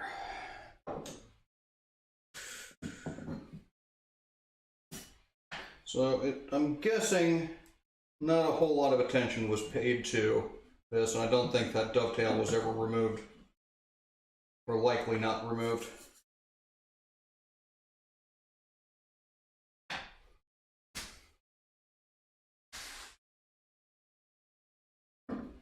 And a lot of times I'll paint my planes if they're really bad, but this one isn't too bad.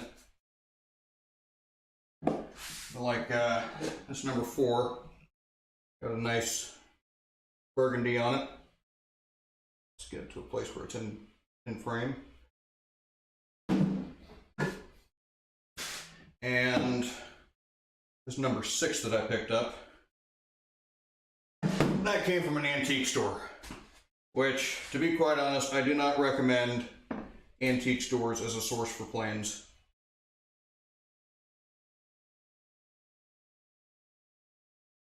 They're usually way too beat up. And if you can find one that's can be put into workable shape, it's going to take a lot of work, and you may need to find additional parts for it, like that number 6. I didn't realize it at the time I purchased it, but it didn't actually have the proper size blade. And it didn't have the proper size chip breaker. So what it looked like is someone took one off of like a number 4 or number 5 and just stuck it on there because they couldn't find the proper one. So my number 7 that I bought from an actual tool dealer, he sold it to me with a spare blade. I guess the thought being that you might sharpen that one differently. Use it for a scrub plane or something. I don't know. I wouldn't use a number 7 for a scrub plane. But yeah, the 6 and the 7 have the same size blade, so that was no problem whatsoever. Just take that off, and then I just had to find a chip breaker, which the same dealer had a bunch of spare parts, and a chip breaker was in there. It's not the prettiest chip breaker by any means, but you know, it's 4-plane, so it's not making the prettiest of cuts to begin with.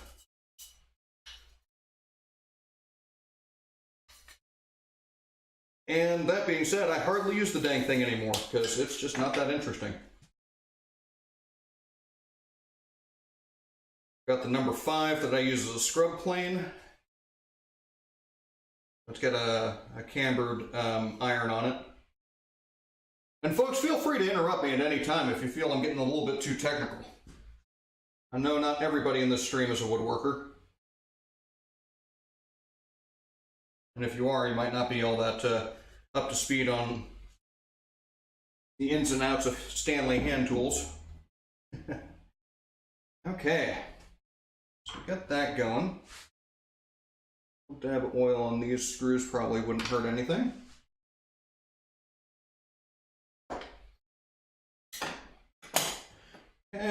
lever cap. A little bit of rust here and there. Work that off.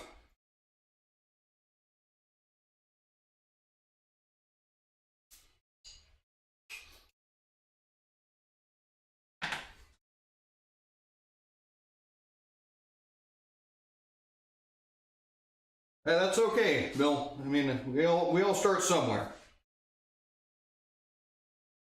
And to be quite honest, I am far from a pro or an expert or a master woodworker myself. So I'm just been at this for a few years. I've picked up some things. I've probably picked up more terminology than anything else. But yeah, we make things out of wood when we can. Okay, so rod goes there. So this is the front. So that means, which we can tell because of the angle.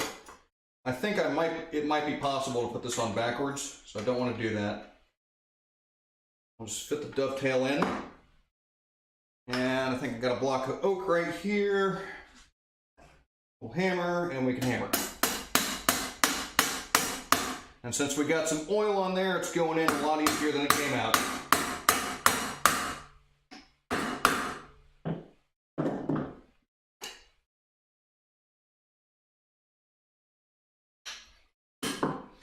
Off to the side a little bit.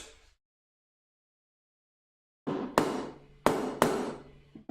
a couple quick taps, try and make it even, protruding from one side to the other.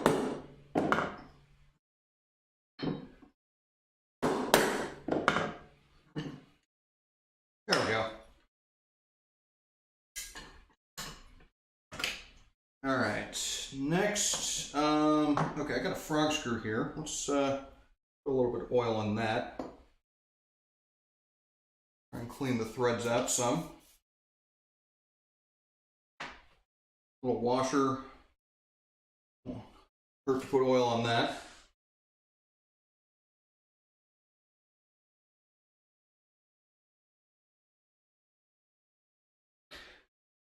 So, Bill, the plane sharpening little symposium that I just gave, if that was not sufficient for you, and I wouldn't be surprised if it wasn't, or anybody else who wants to learn good technique for really anything woodworking, I do highly recommend a gentleman by the name of Paul Sellers. And you can find a lot of his videos on YouTube. But that man has been working with wood longer than most of us have been alive. So he knows things. And that's probably where I get most of my advice from.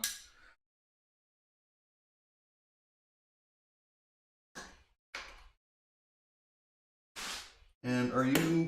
Okay, there you go.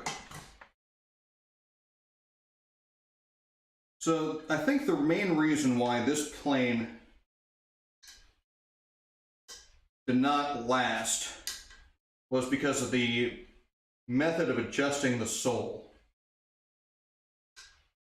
Why is the screw not threading?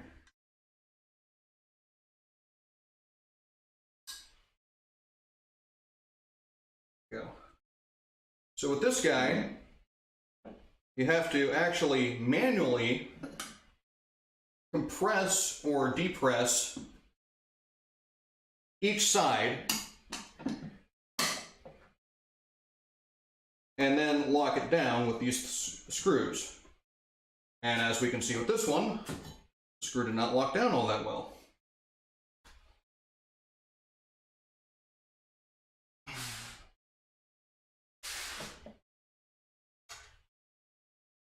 think you're supposed to use a nail for this.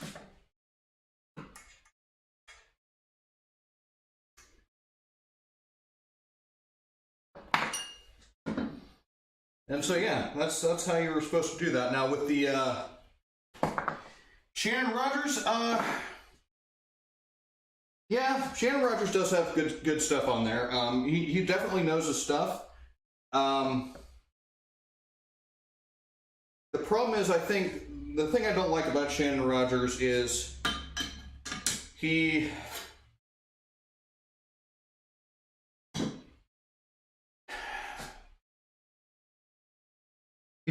put out enough content, I don't think, and enough content that's accessible to people. So, should have done this before I did that. Dang it. I mean, I'm subscribed to him, but he would not be my first choice to recommend newbies to, is what I guess what I'm saying.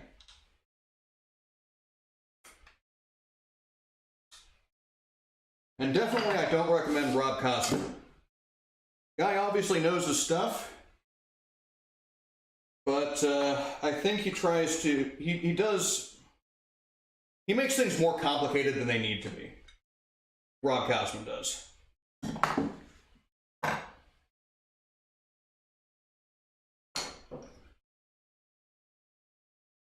All right, and we're gonna get this just a little bit, I want the chip breaker almost right up on the edge, just a hair away from it, really.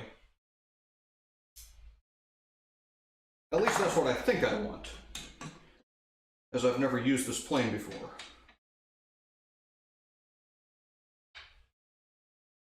Ooh, we've got a really, really tight opening.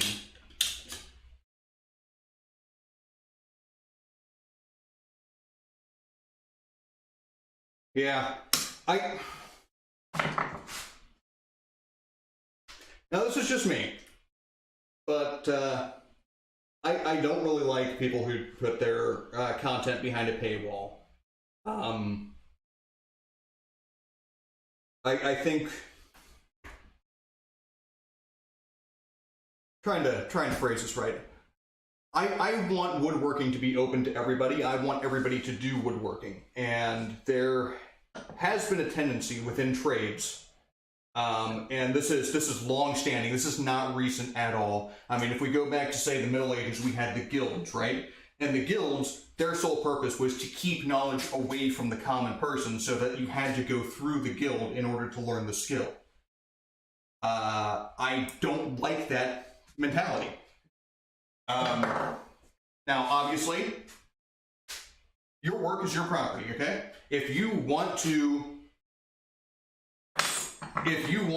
sell your efforts training people how to do woodworking, that's perfectly legitimate. I don't like that. That's not how I want to do it. So I'm never going to have any kind of paywall content. Not that really anybody would pay for my content, but I digress.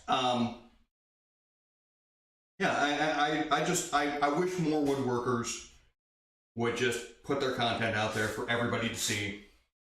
And yeah, that's the end of my soapbox. Wood by Wright, definitely James Wright, good guy. He is entirely funded by selling merchandise and Patreon, so I like his model quite a bit. Actually entered in his tool build-off and did one of these. This is the dovetail template, sort of 1-in-8 dovetail template. I got a video on YouTube. It's also on Twitch if you guys want to check that out later. Let's see, and who's this? Disciple of Messiah. Yep, okay. Good to see you on here, Disciple. Now let's see if we can actually cut something. And again, this is my first attempt at this. So if it works, we will be surprised together. Now, let's see what I've got. Scrap wood with paint on it. Not my favorite thing to cut. So, I think what I'm going to do first here is make just a little bit of a saw curve.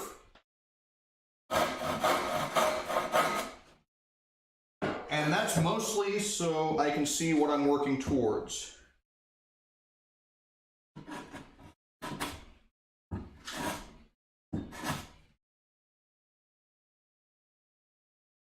Oh boy, that mouth is really, really closed.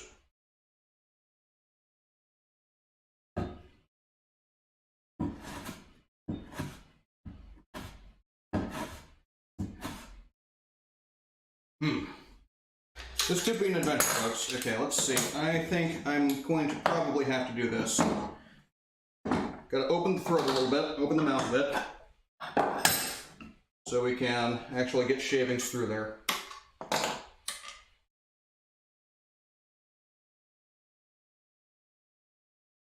A lot of one-on-one. Okay, yeah, and that's great. That's great. It's just and that's certainly worth paying for.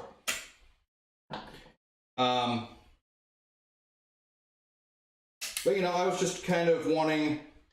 For me, I just like to watch videos and rewatch videos, and I seem to learn better that way. Chip breaker, you think? Oh, I'm not doing I'm not filing it. No. I'm not going there. I'm just going to adjust the frog a little bit. What's my plan?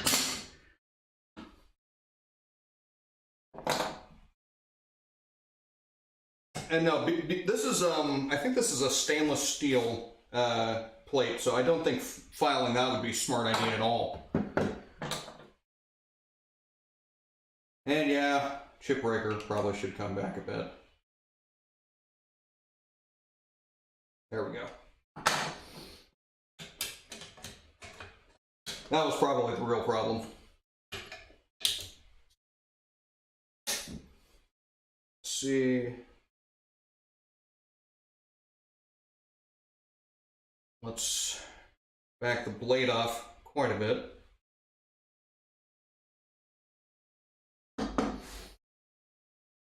This depth adjuster is definitely not my favorite.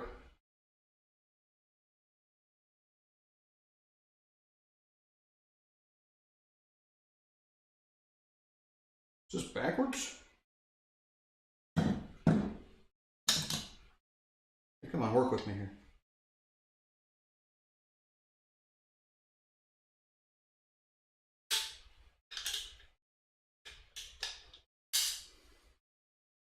It's a very unusual plane.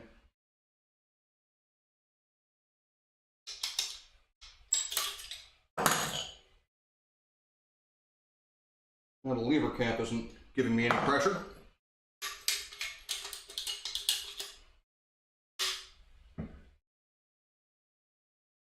Well, I'm trying to get it cutting, but it's the blade's protruding way too much, and I think the adjustment knob is backwards, or at least backwards from what I'm used to.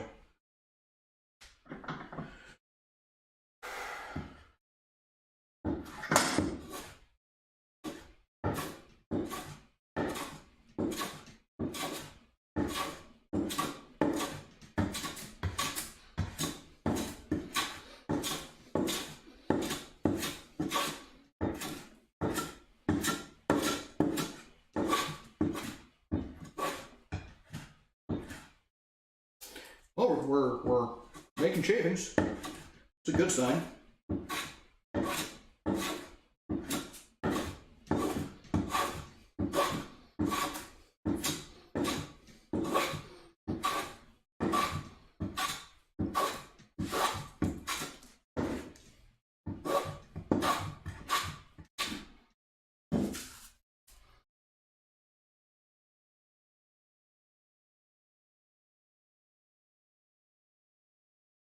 All right, thanks for stopping by, David. I know we didn't get to talk much, but always good to have you on.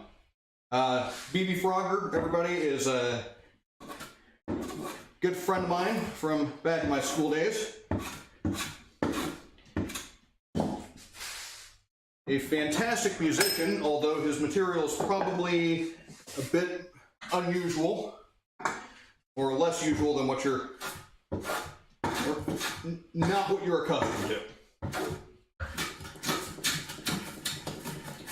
I'm just trying to figure out how to really approach this.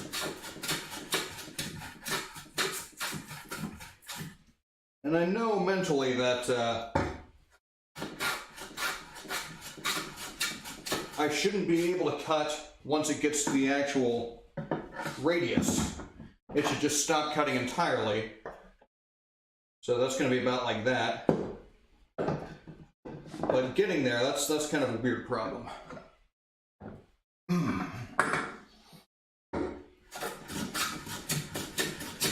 And David, don't be too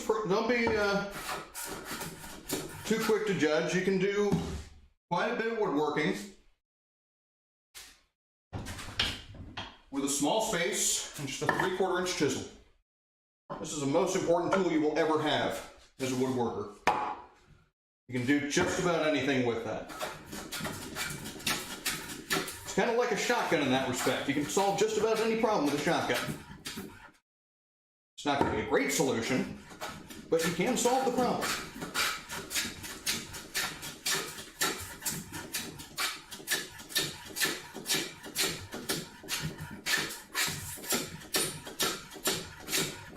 And this is about where I would normally stop the stream.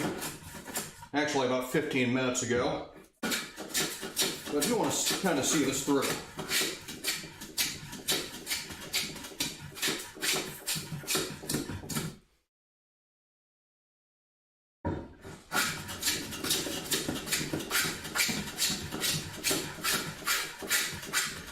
See if this was worth the 50 bucks I paid for it. I'm thinking yes. And so we always have to kind of go back and forth between these because otherwise we'll be tearing out end grain.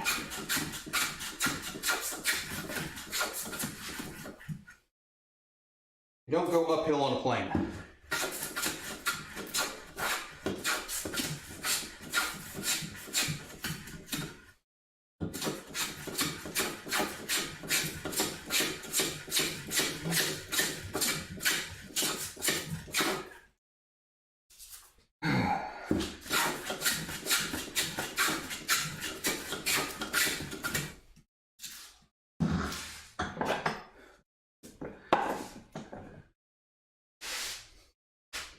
It does look like I might be slightly biased towards the left side.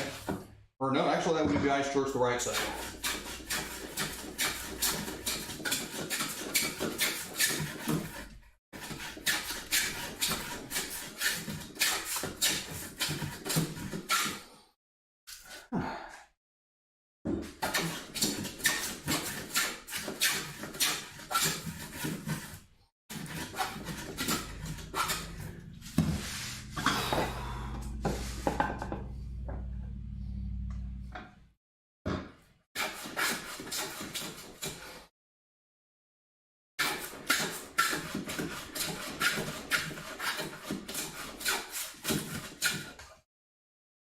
Wonder how hard it would be to pull this.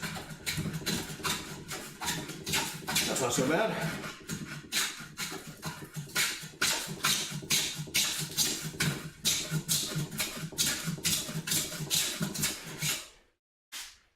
Whew, this is a long, tiring process. Probably makes sense to cut the circle with a saw before you actually finish it with the plane.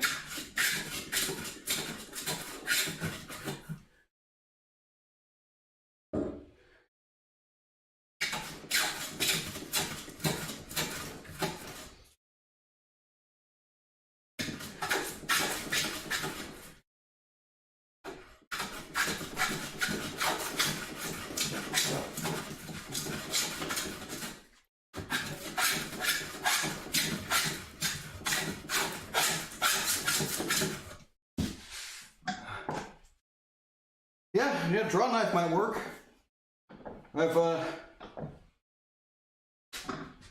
I've yet to sharpen my draw knife. So before I left Arizona, there's a great little shop there called the St. James Bay Tool Company, and this guy Bob, he makes planes, he makes tools. But he also has a great stock of vintage woodworking tools. So before I left, I went through and bought everything I thought I could possibly ever use, within reason. He had a number 12 scraper. I think he wanted like 90 bucks for it or something like that. So I just like, nah, I'll wait on that. I don't really think I absolutely need a scraper. But yeah, I went through his box of auger bits, and I picked out every single auger bit that looked remotely serviceable.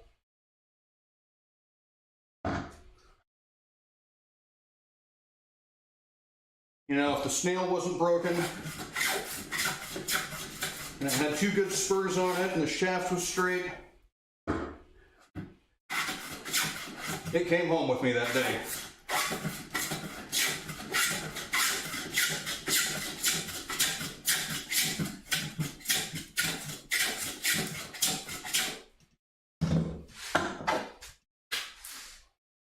Well, that's certainly not the same radius, but I see how it gets there.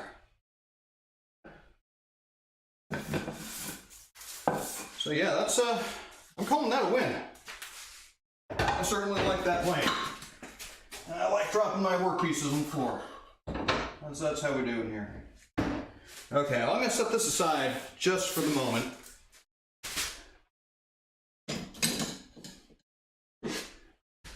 Bring out the number 4. Yeah, the main reason why I picked that up is because of the price of it.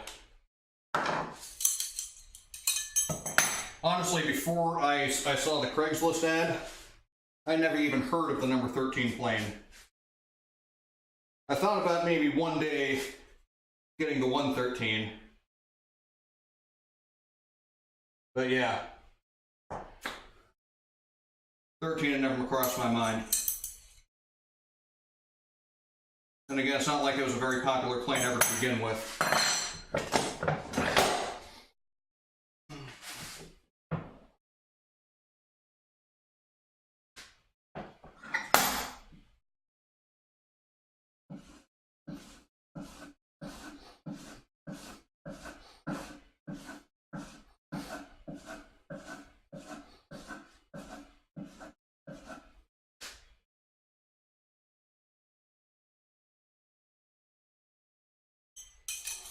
Okay, and I think just before, we're going to do one more thing, and that's take a look at how these inlays are looking once we shave them down. And then I'm going to have to call it quits, because other people need the internet, and it's getting really dang hot in here. Okay, so dog and dog and let's do that too.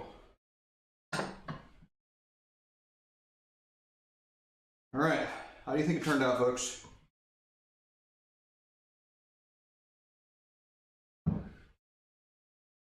Back off this iron quite a bit.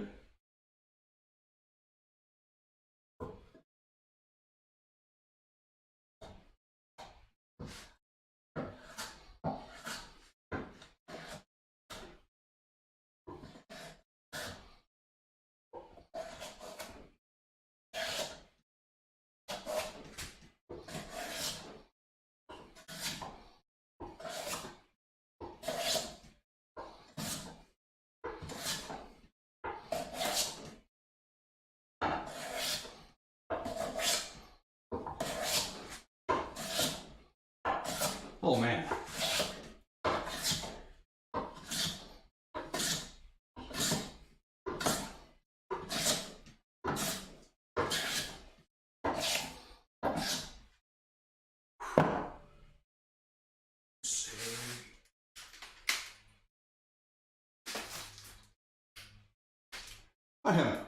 I'm quite pleased with this. Oh man. That turned out a lot better than I was expecting. So again, I'm going to cut small radius there, radius over the top, small radius there, and that's going to be the side of my bookend. So let's do the other one. Now this is the first one, so it didn't turn out quite as well.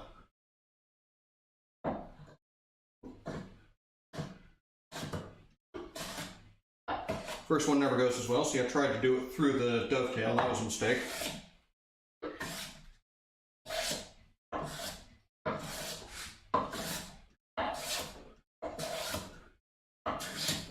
We can clean up some of the discoloration, which is mostly from my handling it and dripping sweat all over it.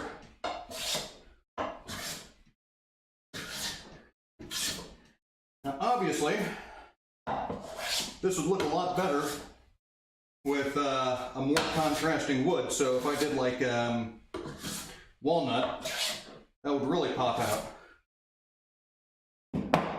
I'm not wasting walnut on an experiment. So yeah, this one not quite as good, but certainly a proof of concept. All right, and I think that's all. Let's zoom out some. Zoom out, okay. Yeah, that is going to be it for today. I do appreciate everybody for joining me. Bill the Cat, E5 Joe, and yeah, everybody else whose name escapes me, I do apologize. Timber, thank you very much for the raid, and Timber Crew, thanks for leaving the shed and joining me for a little bit.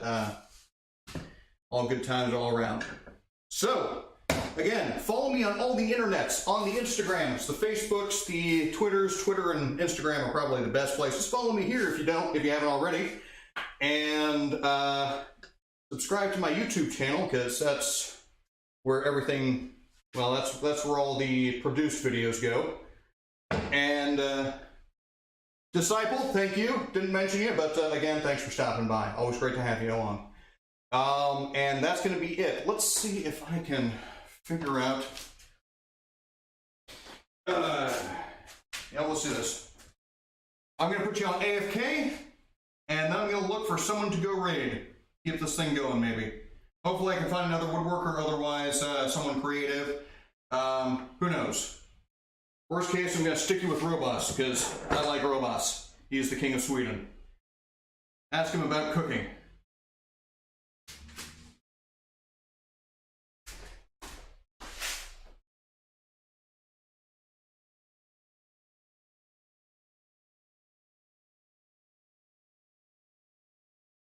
Yeah, my computer's really dang hot right now.